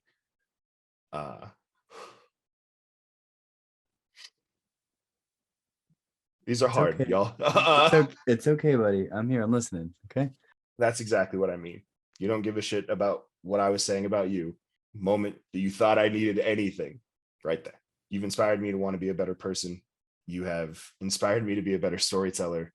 And you have absolutely inspired me to be a better friend to everyone around me, because you are one of the best friends that any person can have. I will cherish you forever and ever in my heart. That's written at the bottom of all of these. Just copy and paste. Coda. I put all of you in an order, I guess, for There he some goes. reason, but he he's goes. gone. Much like the two before you, we have known each other for 2.5 years, as long as this campaign's been going. I've talked about your D&D growth. I've talked about just how much I adore how funny you are. All these things in the past. But something that I've never really taken the time to tell you is that you are one of the few people who instantly made me feel safe in any place I knew you were. It is very clear. I've missed sessions for it, all that jazz we've talked about before. When this all started, much like a lot of people due to the pandemic, my mental health was crashing, and it was crashing hard. I wasn't able to find places that I could feel safe and recharge and try to get any sort of social energy I could without having to be around anyone, because that's gross and terrifying sometimes. And I was trying to figure it out, and I was places that I didn't want to be, and I was just trying to get any of that I could. And then you invited me to come hang out with you and Zach one day in a Discord server. You said, hey, come hang out, play some games. And I think since that day, I have gone like a week tops without talking to you about something in my life, about just venting about relationship stuff or friend stuff or life stress or what have you. And you never turned me away. You never were bothered. I just knew at any point they could just say, hey, I'm a little stressed. And you go, oh, buddy, that sucks. Why?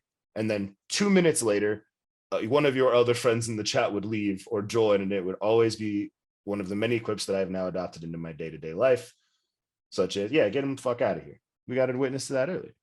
Thank you for providing that place for me that I could get away and be around people who just bring energy and joy to the people around them. You are a dear friend of mine, and I would do anything to keep you in my life for as long as I can. Thank you for being such a good friend to me so quickly. It means the world. He's such a good house husband, isn't he? So good. Zach. Oh, fuck. Yeah. Zach, you're the only person in this call that I've known longer than Ian, but that's because I've known you literally from the moment I was born. Or from the moment you could know people. Nah. He was there, but you didn't know him. No, we got that soul connection. We knew. You guys are brothers? Sorry. Pretty much. Stupid. Practically. Yeah. Same mom and dad. Can't you tell? No, actually. It's just an interesting genetic split. Yeah, it's weird. Zach, I've known you literally my entire life, and I can 100% say with certainty that I would not be here in any sense of the word without you. You dealt with my overly emotional trauma reaction brain that I had no idea I had when I was super young. You were there for all the anger fits and all those things that I had to work through, and you stuck by my side. You were there for my first girlfriend. You were there for my first breakup with said girlfriend. It was all very tragic. You were there for me when you were you were a state away. No matter what. We had our times where we went a little while without talking, with a little while without anything else, but I knew every time you came to town, I would know and I would see you. And I knew that anytime I needed you, I could reach out. But more than anything, throughout our entire childhoods into adulthoods, you've always inspired me to be who I am. You were never one to judge me for what I was into or the music I listened to or anything along those lines. And it took me a long time to find another friend who was willing to do that. And without someone being that inspiration and telling me to just be me, I wouldn't be sitting here doing this. I never would have got into any of the nerdy shit that I got into. And I would be way worse at video games. You know for a fact that I see you as a brother and that I always will. There are no words to describe how much you mean to me, how much I love you. And just know that I'm going to cherish you always, always, always. Rob, I make fun of you constantly. I never fail to remind you how old you are. I never, ever will laugh at another one of your how I lost my finger jokes, but I will always look up to you. There are a lot of people that think this way. It's not just me, but you are the dad that a lot of other park people, a lot of other people that know you, you're the dad away from dads. And there are very few examples of people who know exactly how to take care of someone without them saying a word. And you're one of those people. There is never anyone who knows exactly where the line is between that's a stupid idea, I'm going to let you do so you learn, or that's a stupid enough idea that it's going to kill you, so I should stop you. And I've experienced both of those conversations with you. Much like a lot of other people in this call, I've known you for a long time. I've known you for about 7 years now, but we weren't really friends before this started. We had hung out a couple of times. We had tried to do some other things, but we didn't really know each other, weren't really that close. And over the course of this and having something that bridged that conversation gap that both of us get with people that are intimidating, this game brought us over those thresholds. And now I know that you are someone I can come to with any of my problems, anytime that I'm down. And I know that you will do everything you can to understand what new term it is for the day. And I know that you'll tell me how to make whatever situation I'm in better for me and the other people involved, because that's what you do, is you make people better. I love you very much. Fucker. I love you very much. I truly, truly, truly hope that we are friends for the rest of forever, because I cannot imagine a life without having you there to help me out. And I will cherish you forever. Sorry I made this so weird, sappy, and gross at the end. Had to happen. These aren't bad things. I know. It's You're a raining in my bitch. house. Yeah. Dash. A lot of these things you've heard before from me, but I think they're worth reiterating. We've known each other for about 7 years. No, about 5. About Yeah, 5. it's like five and a half, Yeah. 6 maybe. You and I became close friends very quickly. You moved into my apartment within 6 months of meeting me. Correct. I've been here ever since. You won't leave. In those roughly 5 years, I have become an infinitely better person. I have learned so much, and I have made it through so much because you were my friend and you inspired me to be a better person. You've been through some shit with me in the last 4 years.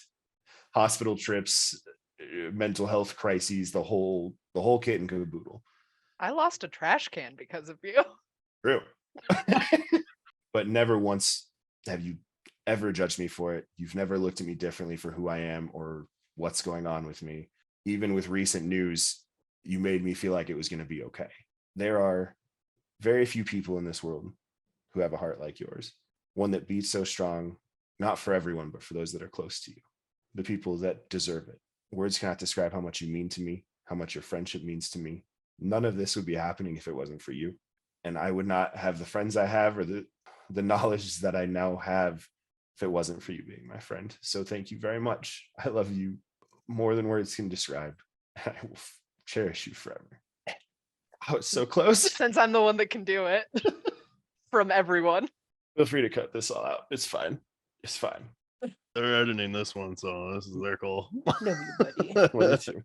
No, we're keeping it in. Ah, Keep, you keeping it all bastard. in. You get to hug him? Fuck you. I expected I was going to be emotional, so I know it's super late and this is already super long, but I just have a few quick fun tidbits about the campaign to share with you all. First one, this is not the first time Ian's been in a campaign with Dandelion. In a game he DM'd for me in high school. I played Dandelion as a bard for like 1.5 years. Yeah. Didn't know that.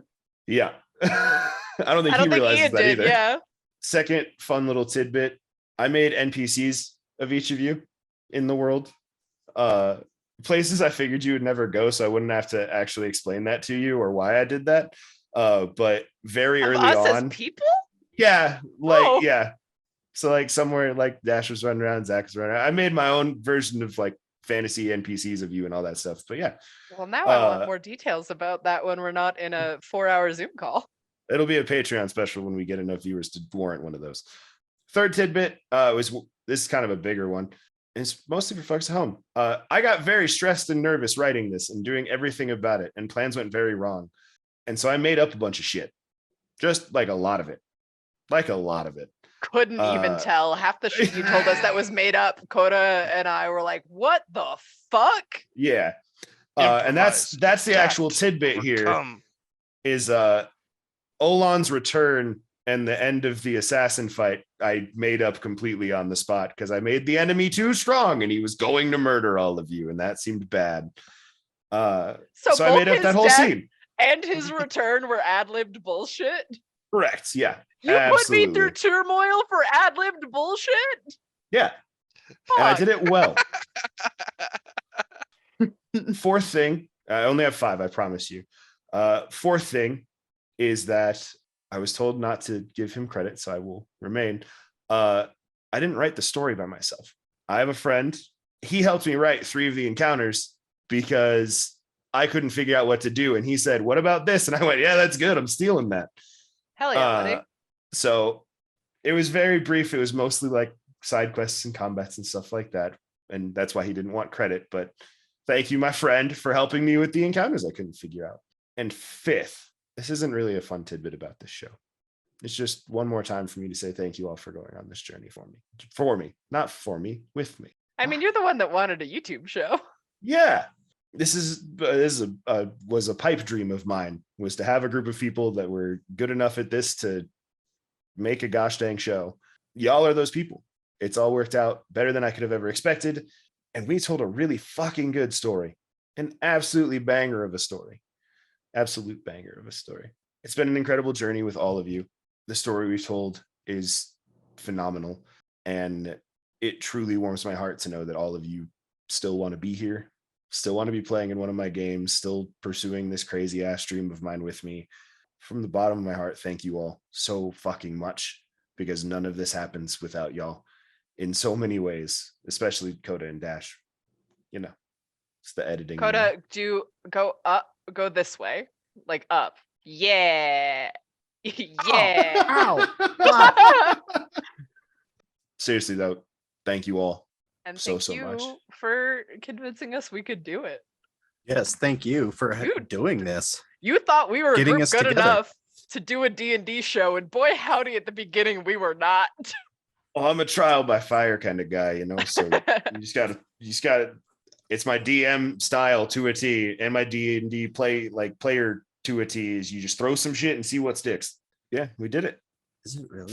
For those of you at home, we're down 2 people from when we started, and that's okay. This is a super long recording session. We've been talking for like 5 hours, but this campaign deserved that wrap up, and it deserved coming to a full close that matches it in time to the other wrap ups as compared to the length of the story we told. Thank you all so much for being here with us on this journey. Thank you so much for watching the show. Thank you so much for leaving comments and all those things. It truly means a lot to us. Thank you all so much. You mean the world to us. I'm going to start crying again very soon. Stay safe. Do what you can for yourself. Make sure you're taking care of yourself. Hey, remember, this is just the end of campaign 1. Yeah, that's We've got a actually what I lot was more. talking about.